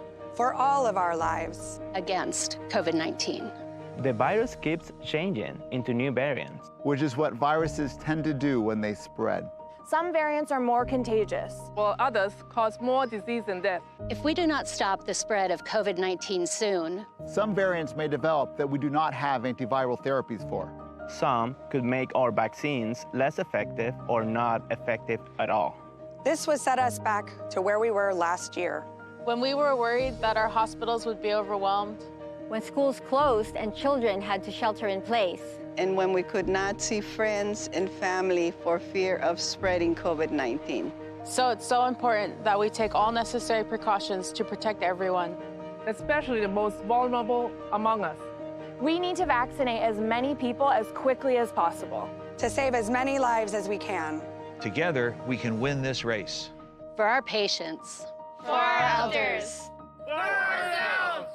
For you. For us. For our community. Por nuestra comunidad.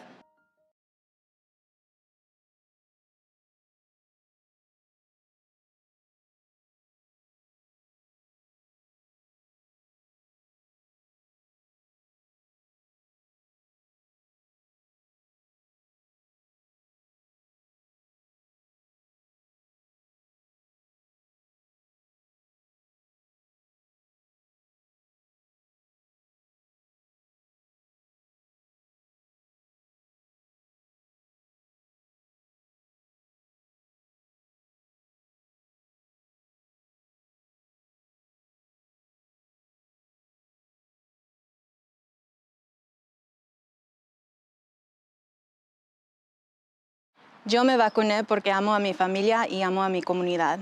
Yo me vacuné para no exponer a personas vulnerables y no poner en riesgo las personas que amo. Yo me vacuné. Mi vida es importante, mi salud es importante.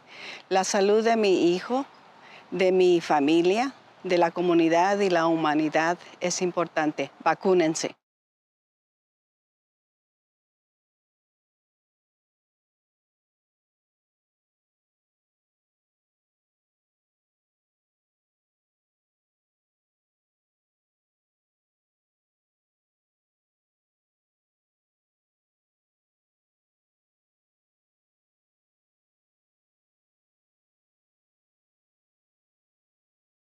When I got vaccinated for a different reason than I'm telling you to get vaccinated for. I got vaccinated in December because I was terrified I would get sick and I would get my father or my wife or one of my patients sick.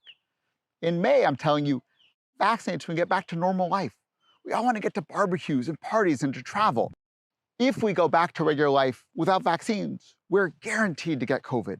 These vaccines are amazingly safe. COVID is not. So get vaccinated so we can start the best summer ever.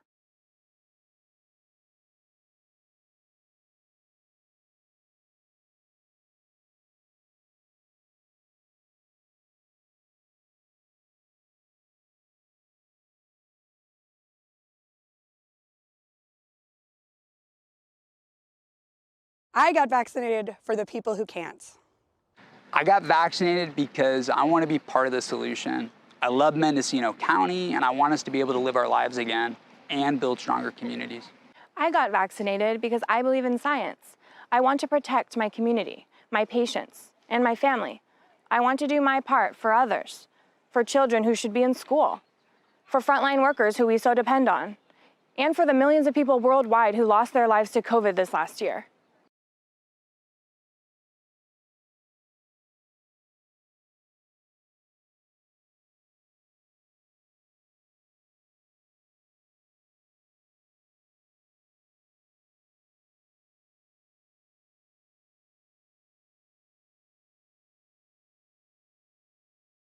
I got vaccinated because my children can't get vaccinated. Because I love my family and I love my community. To see my mom. It was her birthday coming up, and so I just wanted to be safe and protect her. To take care of my health and the health of those that I love. I felt it was the right thing to do. My parents are in their 90s. My husband teaches children. I'm active in my community. Not only to protect myself, but for my ohana too. Because it's the only way to stop the spread of coronavirus. So please get vaccinated.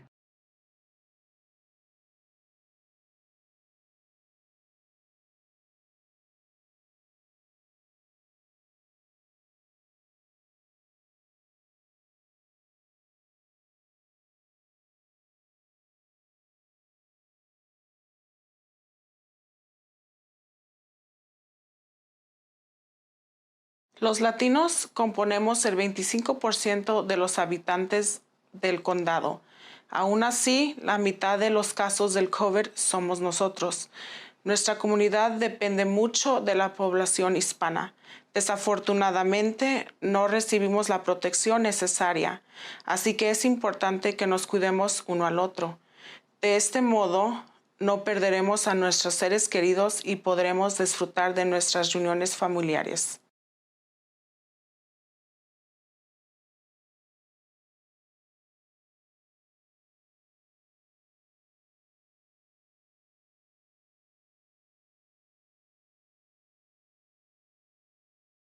We are our ancestors' children, and we carry their intergenerational traumas attached to trusting the government and vaccinations. I can say I lived through a pandemic by choosing to get vaccinated. I chose to get vaccinated because I had to be a good leader and example for my people. I also got vaccinated to protect my daughter, who has a compromised immune system. I urge you to get vaccinated to become a protector of our elders and Native community.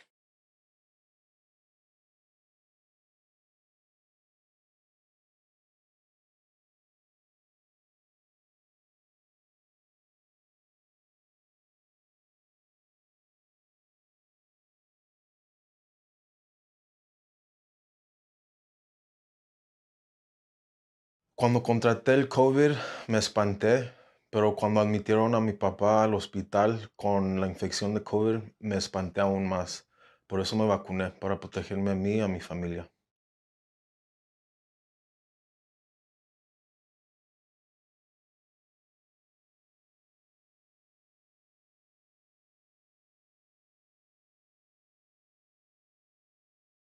We are so lucky to live in Mendocino County.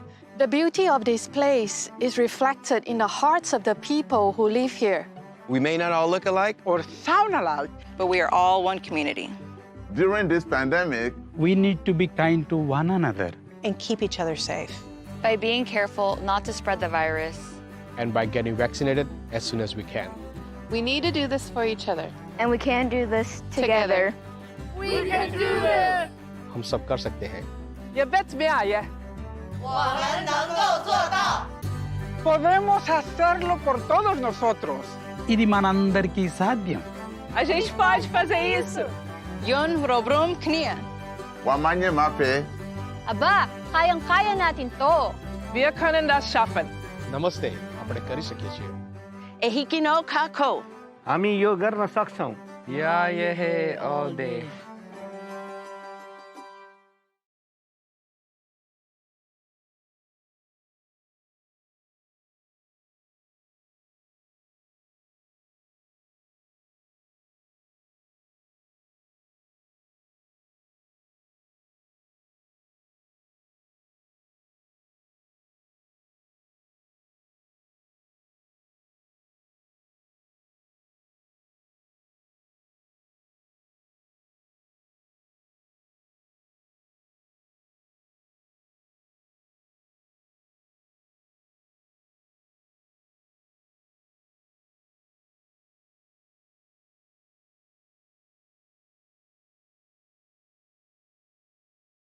I got vaccinated because my children can't get vaccinated. Because I love my family and I love my community. To see my mom. It was her birthday coming up, and so I just wanted to be safe and protect her. To take care of my health and the health of those that I love. I felt it was the right thing to do. My parents are in their 90s. My husband teaches children. I'm active in my community. Not only to protect myself, but for my ohana too. Because it's the only way to stop the spread of coronavirus. So please get vaccinated.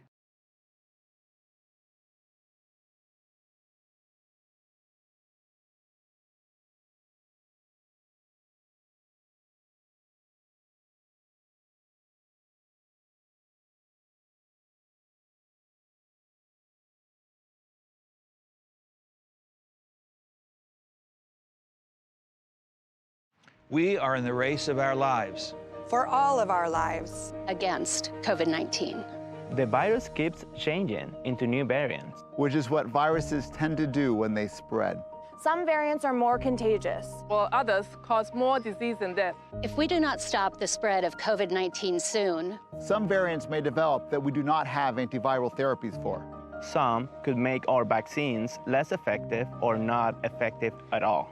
This would set us back to where we were last year. When we were worried that our hospitals would be overwhelmed. When schools closed and children had to shelter in place. And when we could not see friends and family for fear of spreading COVID-19. So it's so important that we take all necessary precautions to protect everyone. Especially the most vulnerable among us. We need to vaccinate as many people as quickly as possible. To save as many lives as we can. Together, we can win this race. For our patients. For our elders. For ourselves.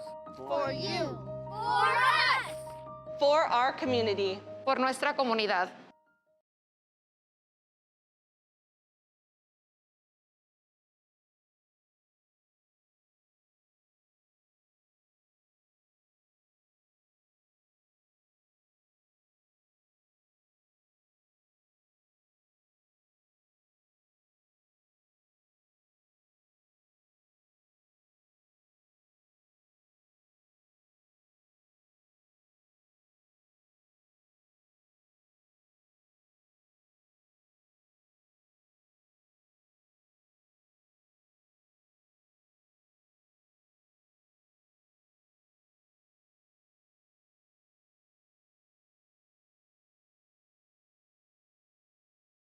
Yo me vacuné porque amo a mi familia y amo a mi comunidad.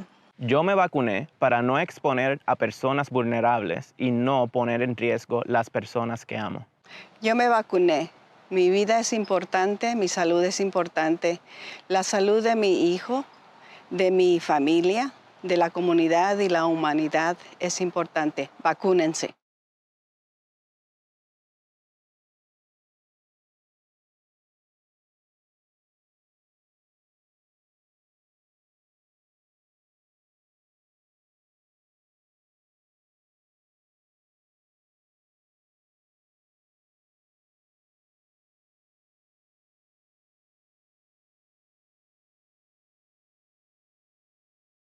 When I got vaccinated for a different reason than I'm telling you to get vaccinated for. I got vaccinated in December because I was terrified I would get sick and I would get my father or my wife or one of my patients sick.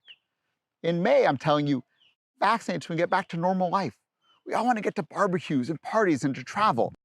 If we go back to regular life without vaccines, we're guaranteed to get COVID. These vaccines are amazingly safe. COVID is not. So get vaccinated so we can start the best summer ever.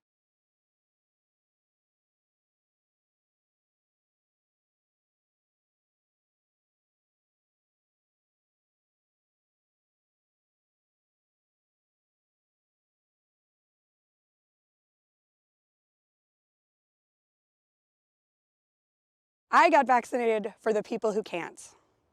I got vaccinated because I want to be part of the solution. I love Mendocino County, and I want us to be able to live our lives again and build stronger communities. I got vaccinated because I believe in science.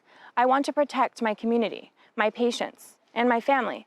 I want to do my part for others, for children who should be in school, for frontline workers who we so depend on, and for the millions of people worldwide who lost their lives to COVID this last year.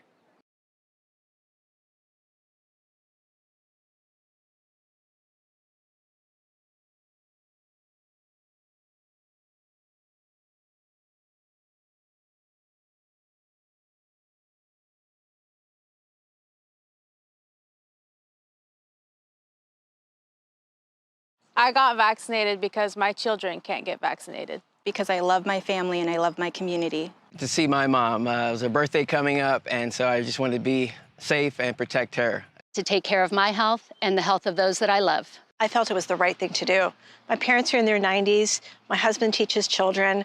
I'm active in my community. Not only to protect myself, but for my ohana too. Because it's the only way to stop the spread of coronavirus. So please get vaccinated.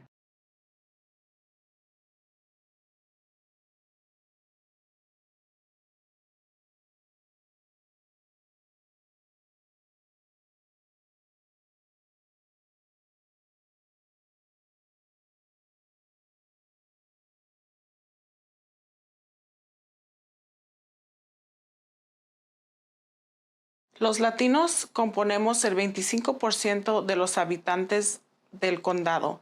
Aún así, la mitad de los casos del COVID somos nosotros. Nuestra comunidad depende mucho de la población hispana. Desafortunadamente, no recibimos la protección necesaria, así que es importante que nos cuidemos uno al otro. De este modo, no perderemos a nuestros seres queridos y podremos disfrutar de nuestras reuniones familiares.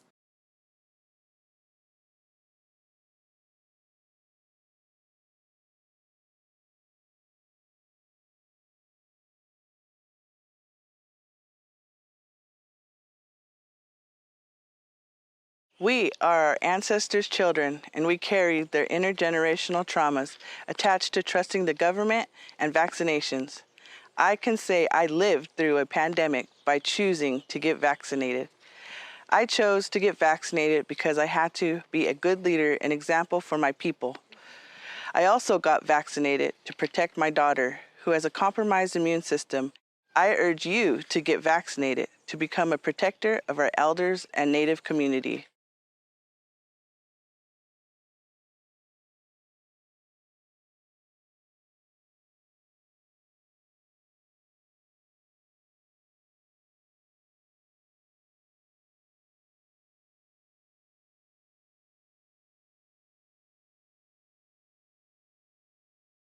Cuando contraté el COVID me espanté, pero cuando admitieron a mi papá al hospital con la infección de COVID me espanté aún más.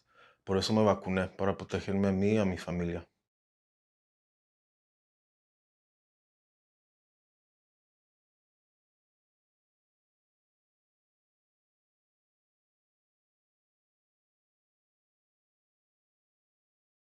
We are so lucky to live in Mendocino County. The beauty of this place is reflected in the hearts of the people who live here. We may not all look alike or sound alike, but we are all one community. During this pandemic, We need to be kind to one another. And keep each other safe. By being careful not to spread the virus. And by getting vaccinated as soon as we can. We need to do this for each other. And we can do this together. We can do this! हम सब कर सकते हैं. You bet me I.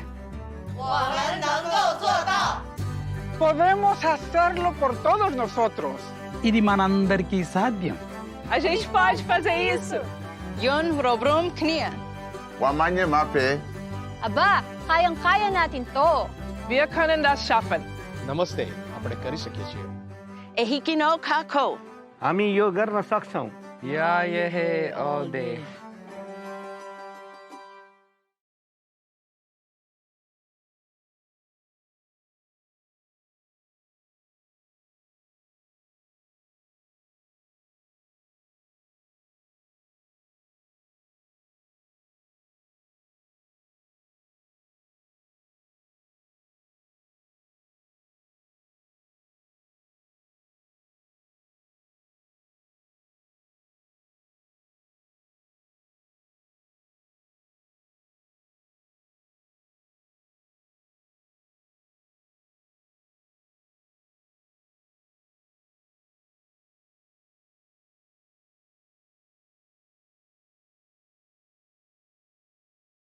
I got vaccinated because my children can't get vaccinated. Because I love my family and I love my community. To see my mom. It was her birthday coming up, and so I just wanted to be safe and protect her. To take care of my health and the health of those that I love.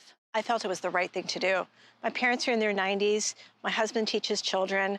I'm active in my community. Not only to protect myself, but for my ohana too. Because it's the only way to stop the spread of coronavirus. So please get vaccinated.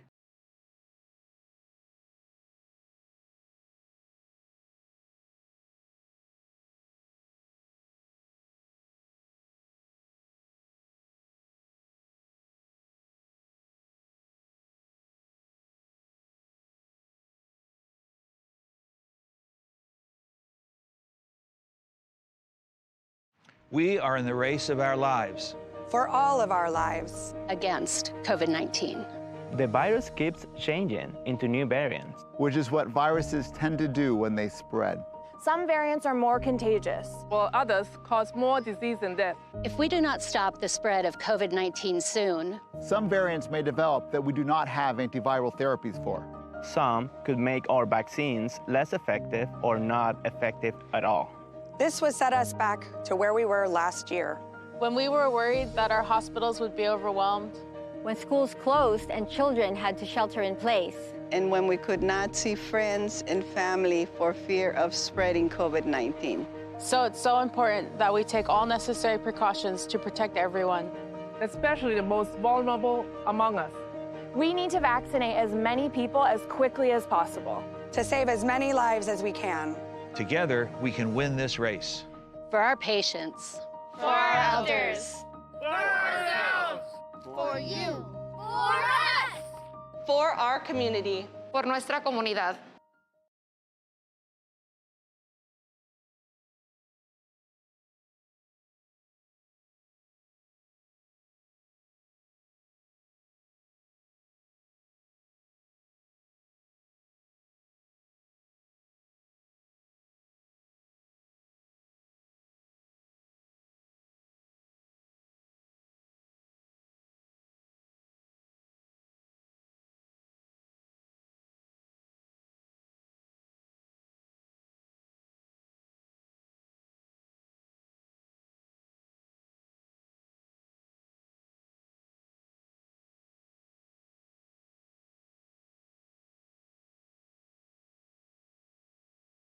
Yo me vacuné porque amo a mi familia y amo a mi comunidad.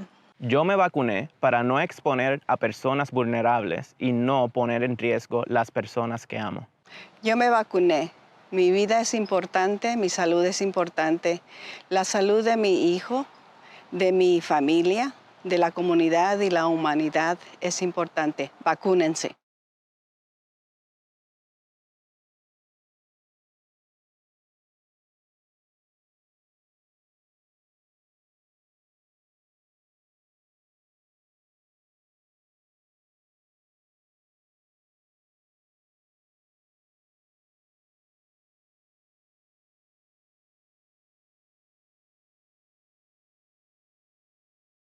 When I got vaccinated for a different reason than I'm telling you to get vaccinated for. I got vaccinated in December because I was terrified I would get sick and I would get my father or my wife or one of my patients sick. In May, I'm telling you, vaccinate so we can get back to normal life. We all want to get to barbecues and parties and to travel. If we go back to regular life without vaccines, we're guaranteed to get COVID. These vaccines are amazingly safe. COVID is not. So get vaccinated so we can start the best summer ever.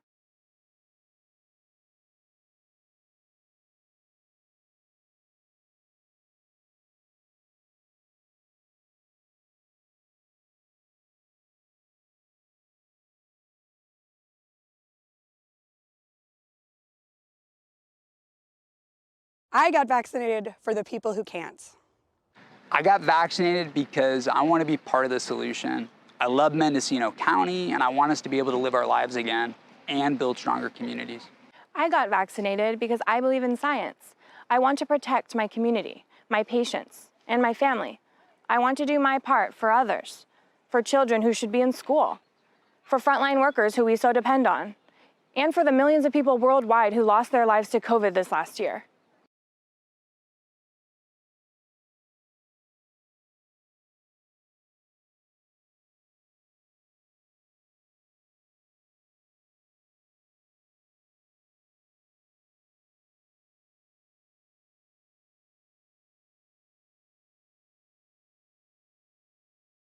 I got vaccinated because my children can't get vaccinated. Because I love my family and I love my community. To see my mom. It was her birthday coming up, and so I just wanted to be safe and protect her. To take care of my health and the health of those that I love. I felt it was the right thing to do. My parents are in their 90s. My husband teaches children. I'm active in my community. Not only to protect myself, but for my ohana too. Because it's the only way to stop the spread of coronavirus. So please get vaccinated.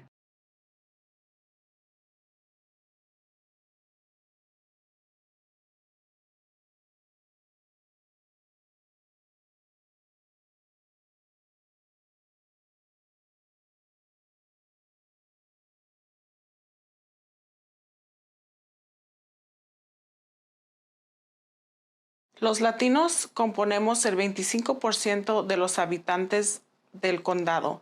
Aún así, la mitad de los casos del COVID somos nosotros. Nuestra comunidad depende mucho de la población hispana.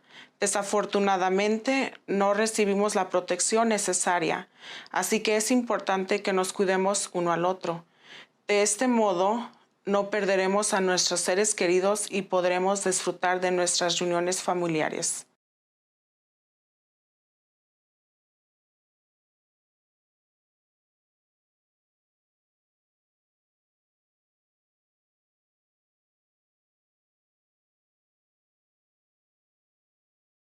We are our ancestors' children, and we carry their intergenerational traumas attached to trusting the government and vaccinations. I can say I lived through a pandemic by choosing to get vaccinated. I chose to get vaccinated because I had to be a good leader and example for my people. I also got vaccinated to protect my daughter, who has a compromised immune system. I urge you to get vaccinated to become a protector of our elders and Native community.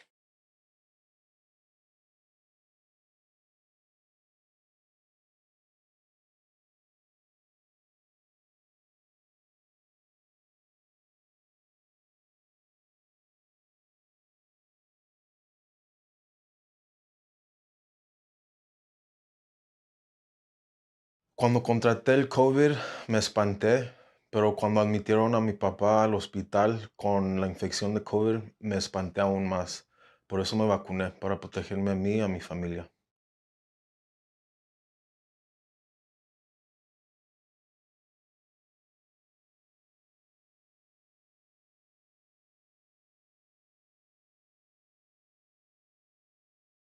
We are so lucky to live in Mendocino County.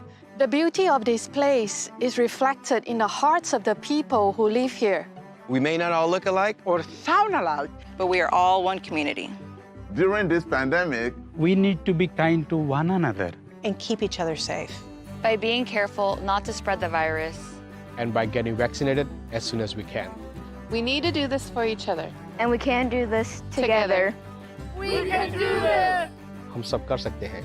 ये bet में आया. 我们能够做到. Podemos hacerlo por todos nosotros. Idi manandarki sadyam. A gente pode fazer isso. Yun robrum knia. Wamanye mape. Aba, kayang-kaya natin to. Wir können das schaffen. नमस्ते, આપણે કરી શકીએ છીએ. Ehikino kako. हामी यो गर्न सक्छौं. Yeah, yeah, all day.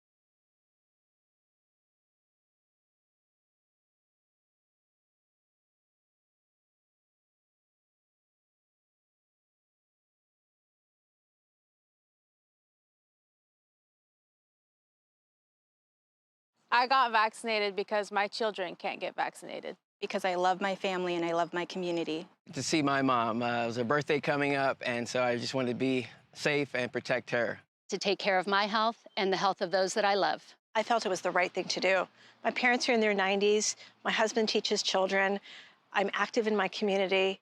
Not only to protect myself, but for my ohana too. Because it's the only way to stop the spread of coronavirus. So please get vaccinated.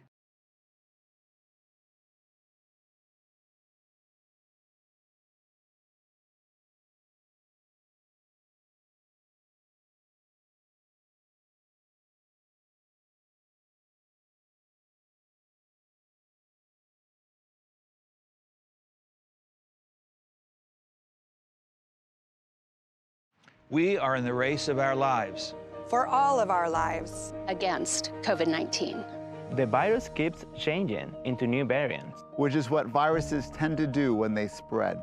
Some variants are more contagious, while others cause more disease and death. If we do not stop the spread of COVID-19 soon, some variants may develop that we do not have antiviral therapies for. Some could make our vaccines less effective or not effective at all. This would set us back to where we were last year. When we were worried that our hospitals would be overwhelmed. When schools closed and children had to shelter in place.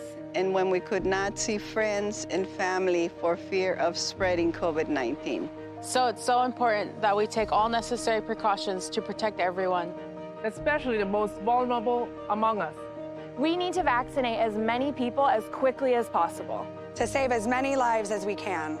Together, we can win this race. For our patients. For our elders. For ourselves. For you. For us. For our community. Por nuestra comunidad.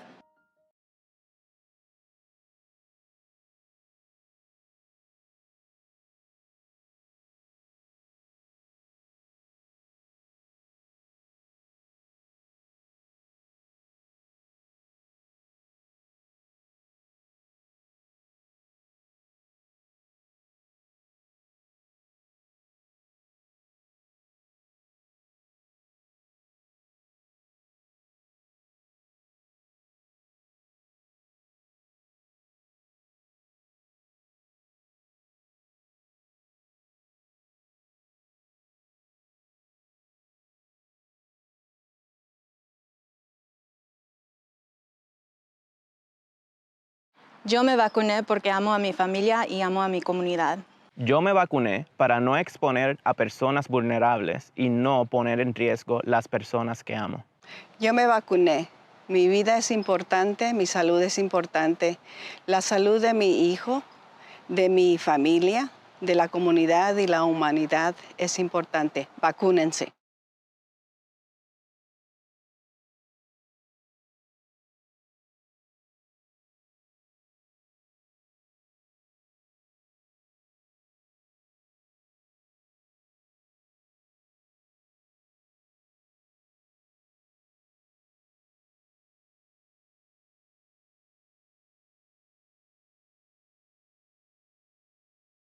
When I got vaccinated for a different reason than I'm telling you to get vaccinated for. I got vaccinated in December because I was terrified I would get sick and I would get my father or my wife or one of my patients sick.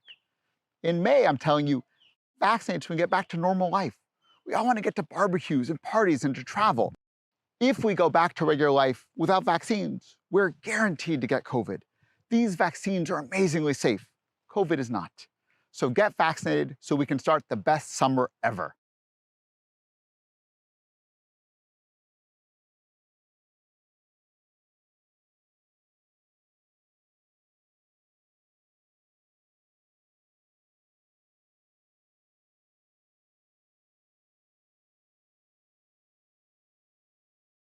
I got vaccinated for the people who can't.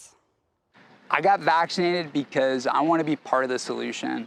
I love Mendocino County, and I want us to be able to live our lives again and build stronger communities. I got vaccinated because I believe in science. I want to protect my community, my patients, and my family. I want to do my part for others, for children who should be in school, for frontline workers who we so depend on, and for the millions of people worldwide who lost their lives to COVID this last year.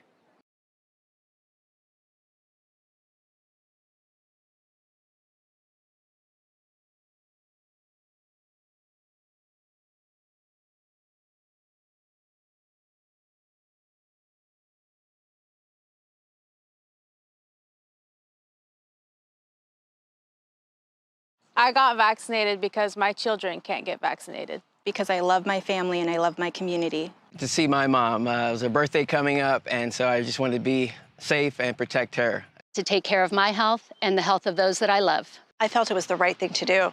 My parents are in their 90s. My husband teaches children. I'm active in my community. Not only to protect myself, but for my ohana too. Because it's the only way to stop the spread of coronavirus. So please get vaccinated.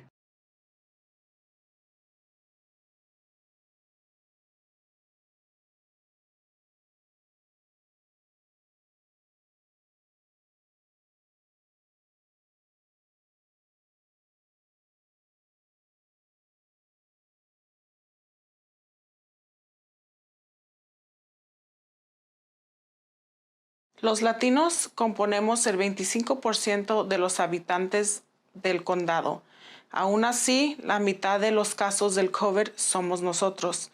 Nuestra comunidad depende mucho de la población hispana. Desafortunadamente, no recibimos la protección necesaria, así que es importante que nos cuidemos uno al otro. De este modo, no perderemos a nuestros seres queridos y podremos disfrutar de nuestras reuniones familiares.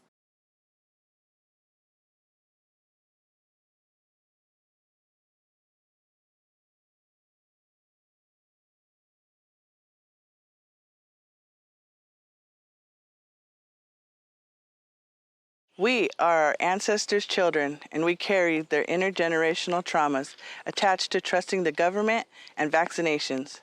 I can say I lived through a pandemic by choosing to get vaccinated.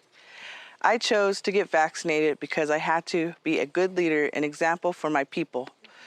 I also got vaccinated to protect my daughter, who has a compromised immune system.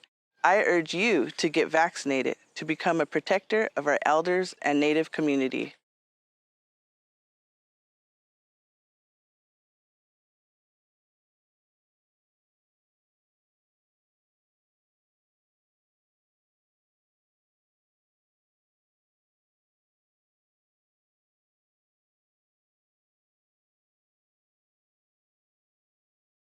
Cuando contraté el COVID me espanté, pero cuando admitieron a mi papá al hospital con la infección de COVID me espanté aún más. Por eso me vacuné, para protegerme a mí y a mi familia.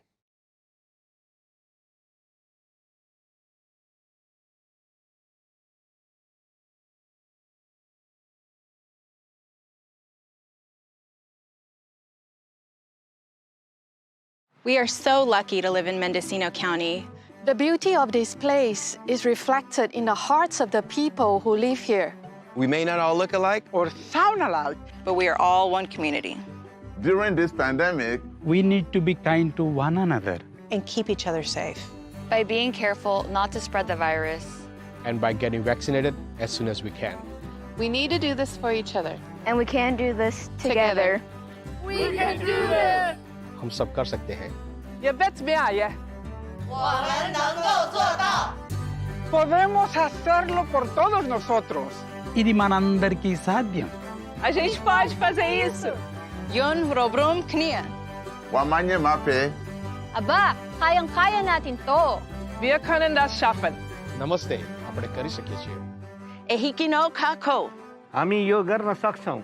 Yeah, yeah, all day.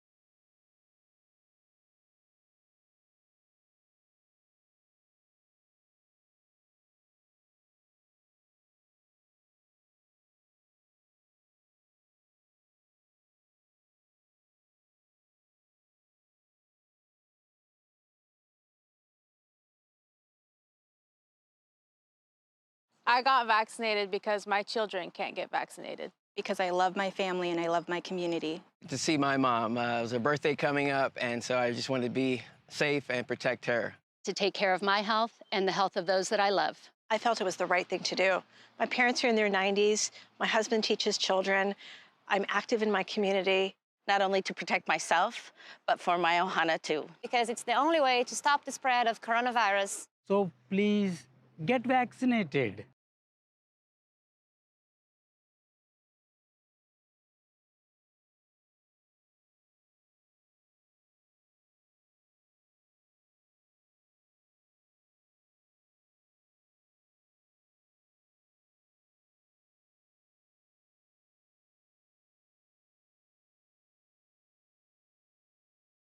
We are in the race of our lives. For all of our lives. Against COVID-19. The virus keeps changing into new variants. Which is what viruses tend to do when they spread. Some variants are more contagious, while others cause more disease and death. If we do not stop the spread of COVID-19 soon, some variants may develop that we do not have antiviral therapies for. Some could make our vaccines less effective or not effective at all. This would set us back to where we were last year. When we were worried that our hospitals would be overwhelmed. When schools closed and children had to shelter in place. And when we could not see friends and family for fear of spreading COVID-19. So it's so important that we take all necessary precautions to protect everyone, especially the most vulnerable among us. We need to vaccinate as many people as quickly as possible. To save as many lives as we can. Together, we can win this race. For our patients. For our elders. For ourselves. For you. For us. For our community. Por nuestra comunidad.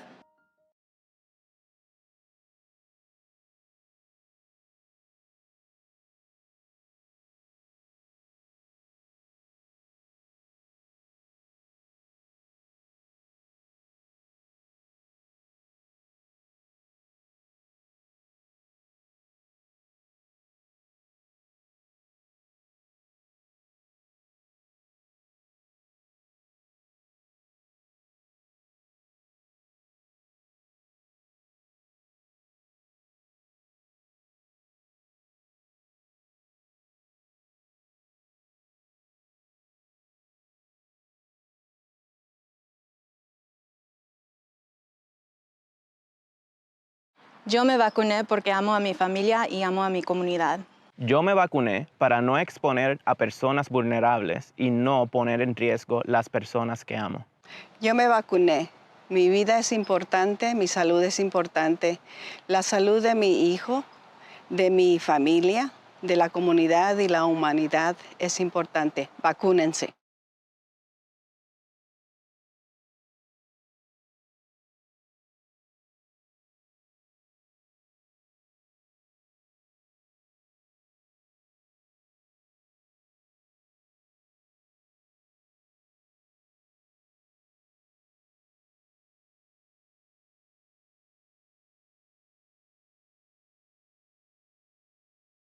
When I got vaccinated for a different reason than I'm telling you to get vaccinated for. I got vaccinated in December because I was terrified I would get sick and I would get my father or my wife or one of my patients sick.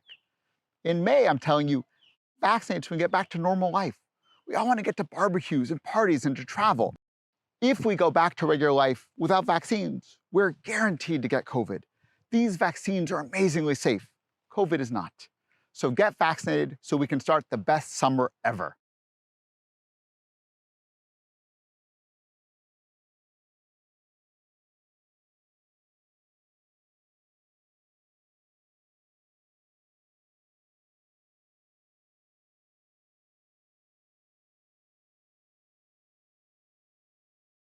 I got vaccinated for the people who can't. I got vaccinated because I want to be part of the solution. I love Mendocino County, and I want us to be able to live our lives again and build stronger communities. I got vaccinated because I believe in science. I want to protect my community, my patients, and my family. I want to do my part for others, for children who should be in school, for frontline workers who we so depend on, and for the millions of people worldwide who lost their lives to COVID this last year.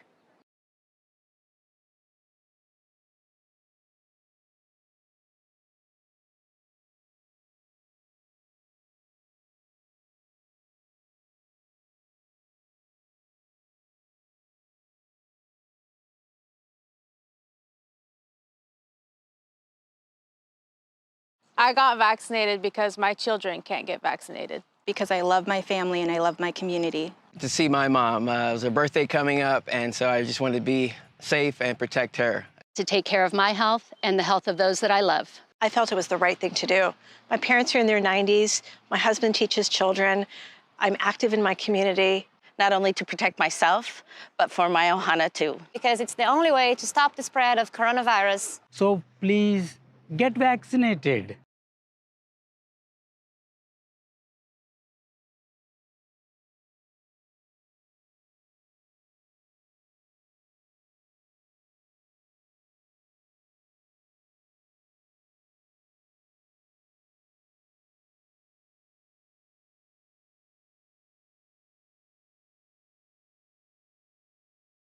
Los latinos componemos el 25% de los habitantes del condado. Aún así, la mitad de los casos del COVID somos nosotros. Nuestra comunidad depende mucho de la población hispana.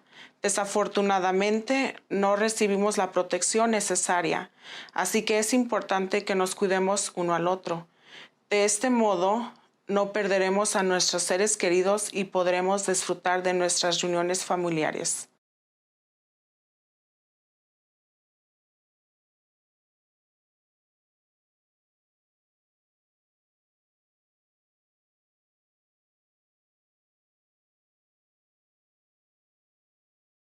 We are our ancestors' children, and we carry their intergenerational traumas attached to trusting the government and vaccinations. I can say I lived through a pandemic by choosing to get vaccinated. I chose to get vaccinated because I had to be a good leader and example for my people. I also got vaccinated to protect my daughter, who has a compromised immune system. I urge you to get vaccinated to become a protector of our elders and Native community.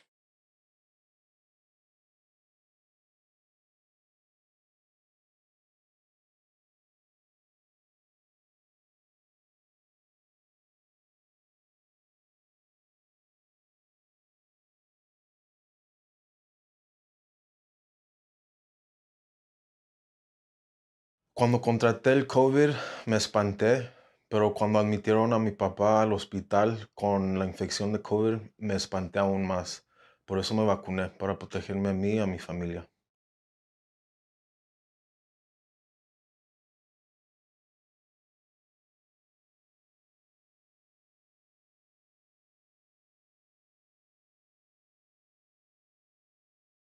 We are so lucky to live in Mendocino County.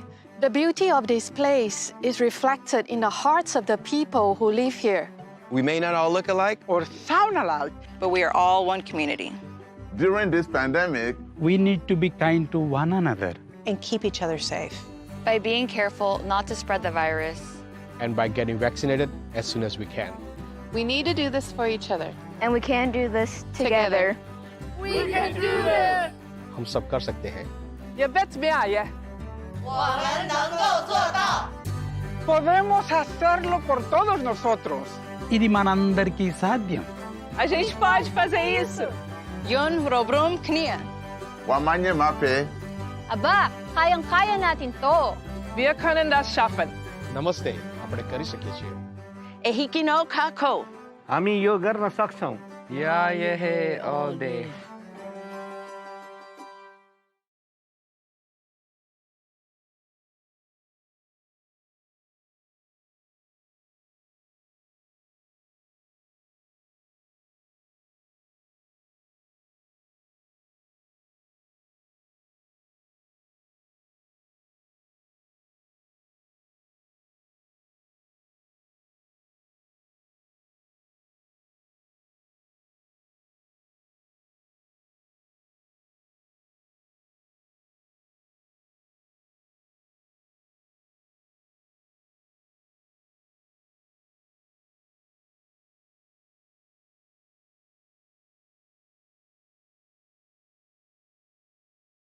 I got vaccinated because my children can't get vaccinated. Because I love my family and I love my community. To see my mom. It was her birthday coming up, and so I just wanted to be safe and protect her. To take care of my health and the health of those that I love.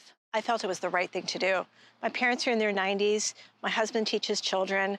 I'm active in my community. Not only to protect myself, but for my ohana too. Because it's the only way to stop the spread of coronavirus. So please get vaccinated.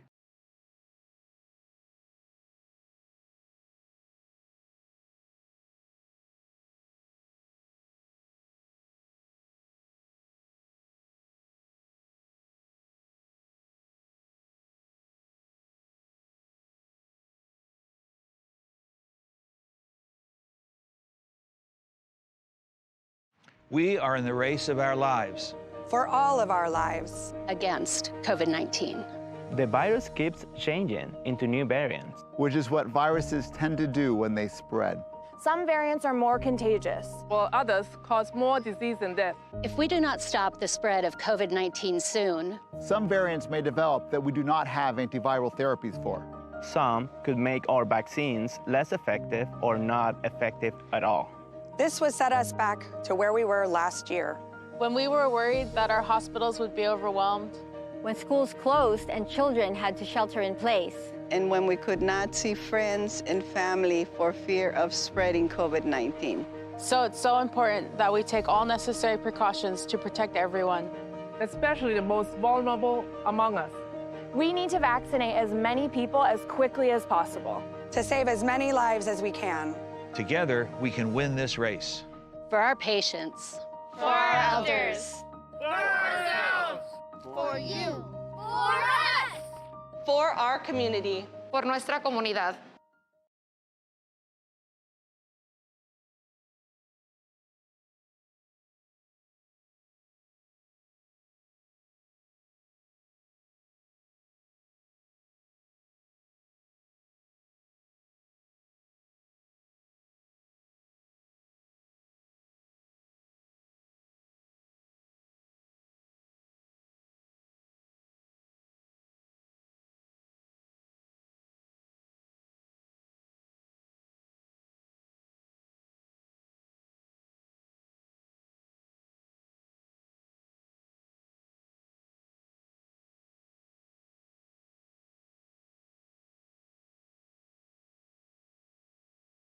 Yo me vacuné porque amo a mi familia y amo a mi comunidad.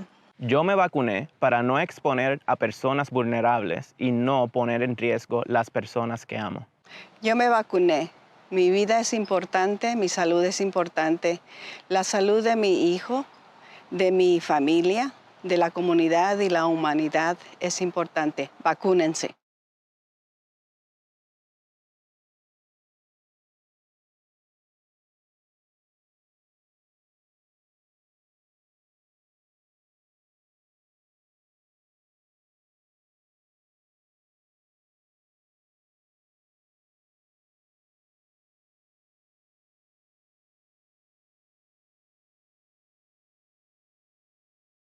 When I got vaccinated for a different reason than I'm telling you to get vaccinated for. I got vaccinated in December because I was terrified I would get sick and I would get my father or my wife or one of my patients sick.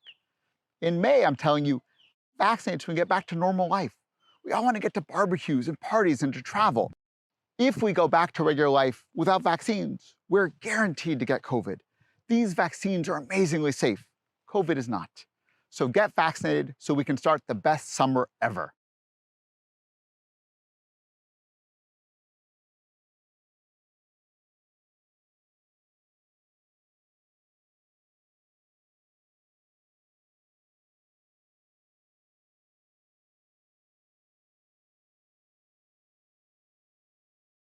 I got vaccinated for the people who can't. I got vaccinated because I want to be part of the solution. I love Mendocino County, and I want us to be able to live our lives again and build stronger communities. I got vaccinated because I believe in science. I want to protect my community, my patients, and my family. I want to do my part for others, for children who should be in school, for frontline workers who we so depend on, and for the millions of people worldwide who lost their lives to COVID this last year.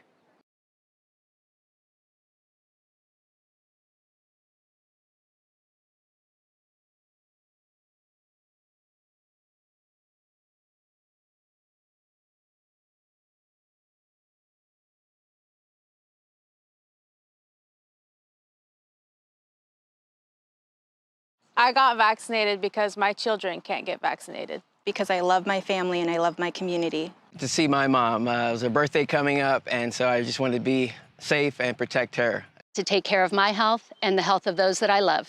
I felt it was the right thing to do. My parents are in their 90s. My husband teaches children. I'm active in my community. Not only to protect myself, but for my ohana too. Because it's the only way to stop the spread of coronavirus. So please get vaccinated.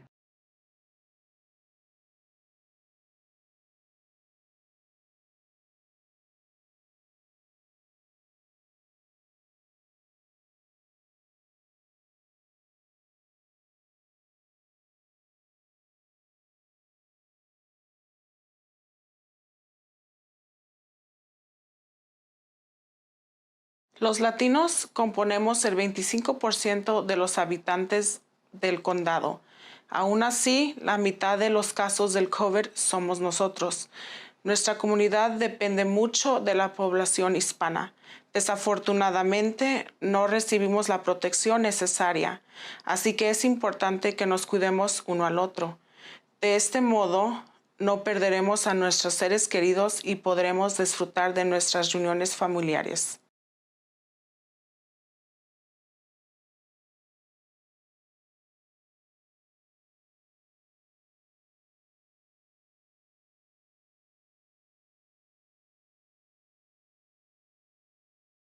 We are our ancestors' children, and we carry their intergenerational traumas attached to trusting the government and vaccinations. I can say I lived through a pandemic by choosing to get vaccinated. I chose to get vaccinated because I had to be a good leader and example for my people. I also got vaccinated to protect my daughter, who has a compromised immune system. I urge you to get vaccinated to become a protector of our elders and Native community.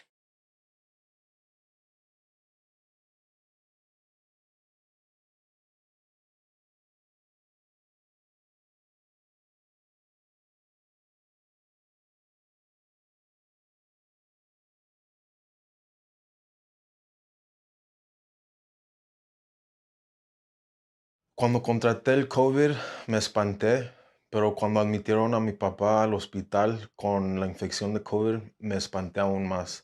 Por eso me vacuné, para protegerme a mí y a mi familia.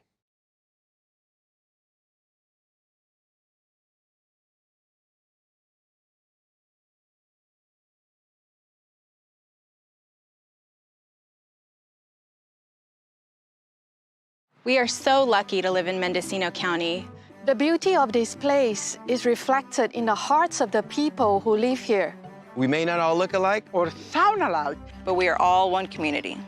During this pandemic, We need to be kind to one another. And keep each other safe. By being careful not to spread the virus. And by getting vaccinated as soon as we can. We need to do this for each other. And we can do this together. We can do this! हम सब कर सकते हैं. ये bet में आया. 我们能够做到. Podemos hacerlo por todos nosotros. ఇది మనందరికీ సాధ్యం. A gente pode fazer isso. Yun robrum knia. Wamanye mape. Aba, kayang-kaya natin to. Wir können das schaffen. नमस्ते, આપણે કરી શકીએ છીએ. Ehikino kako. हामी यो गर्न सक्छौं. Yeah, yeah, all day.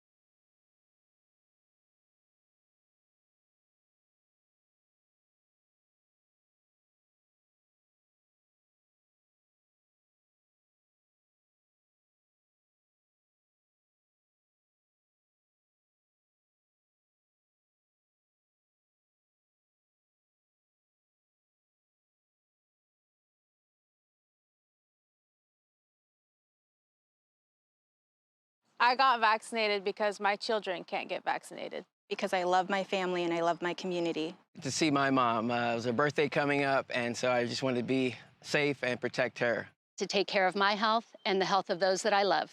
I felt it was the right thing to do. My parents are in their 90s. My husband teaches children. I'm active in my community. Not only to protect myself, but for my ohana too. Because it's the only way to stop the spread of coronavirus. So please get vaccinated.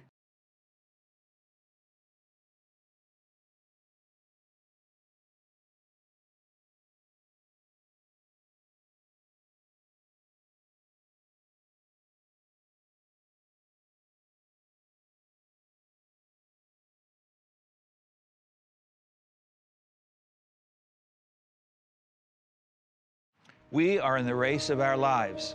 For all of our lives. Against COVID-19. The virus keeps changing into new variants, which is what viruses tend to do when they spread. Some variants are more contagious, while others cause more disease and death. If we do not stop the spread of COVID-19 soon, some variants may develop that we do not have antiviral therapies for.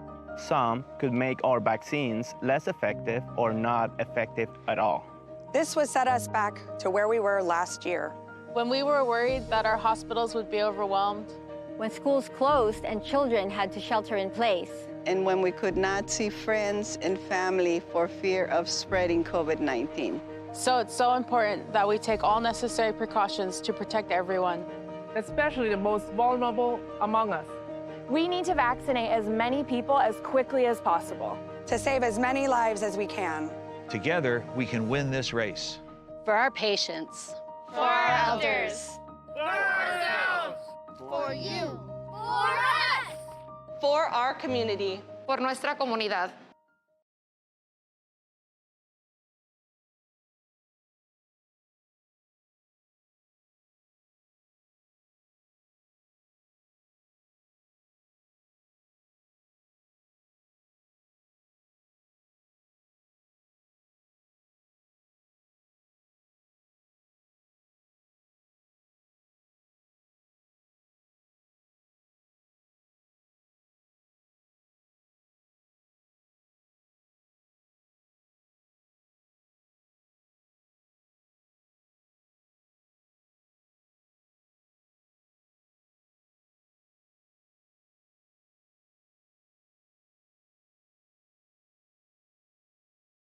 Yo me vacuné porque amo a mi familia y amo a mi comunidad.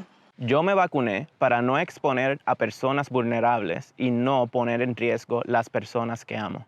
Yo me vacuné. Mi vida es importante, mi salud es importante.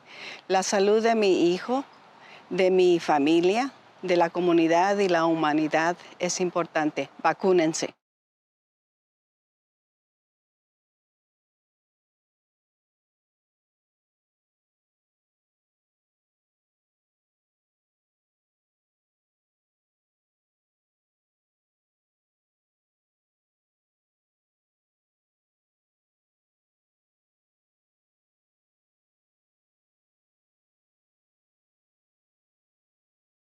When I got vaccinated for a different reason than I'm telling you to get vaccinated for. I got vaccinated in December because I was terrified I would get sick and I would get my father or my wife or one of my patients sick.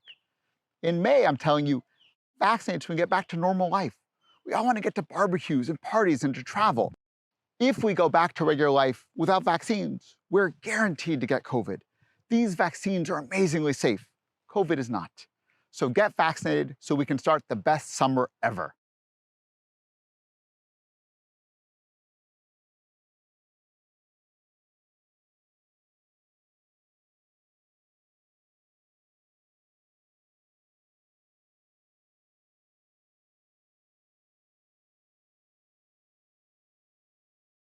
I got vaccinated for the people who can't. I got vaccinated because I want to be part of the solution. I love Mendocino County, and I want us to be able to live our lives again and build stronger communities. I got vaccinated because I believe in science. I want to protect my community, my patients, and my family.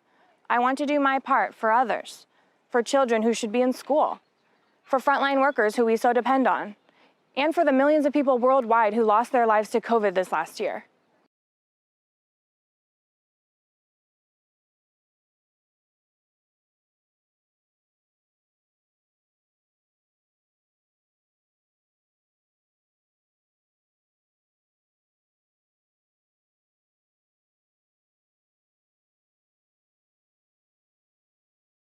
I got vaccinated because my children can't get vaccinated. Because I love my family and I love my community. To see my mom. It was her birthday coming up, and so I just wanted to be safe and protect her. To take care of my health and the health of those that I love. I felt it was the right thing to do.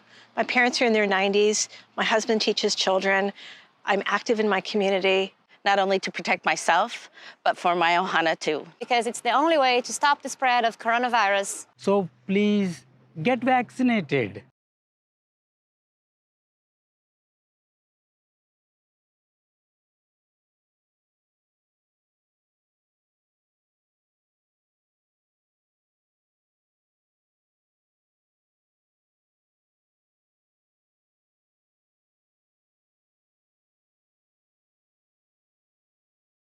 Recording out of closed session, we Los have one Latinos case, componemos el conflict with legal 25%. counsel, existing litigation, Mendocino County Sheriff Matthew Kendall versus the Mendocino County Board of Supervisors. Direction was given to staff. And with that, we're going to conclude today's meeting at 5:07. Thanks. Thank you.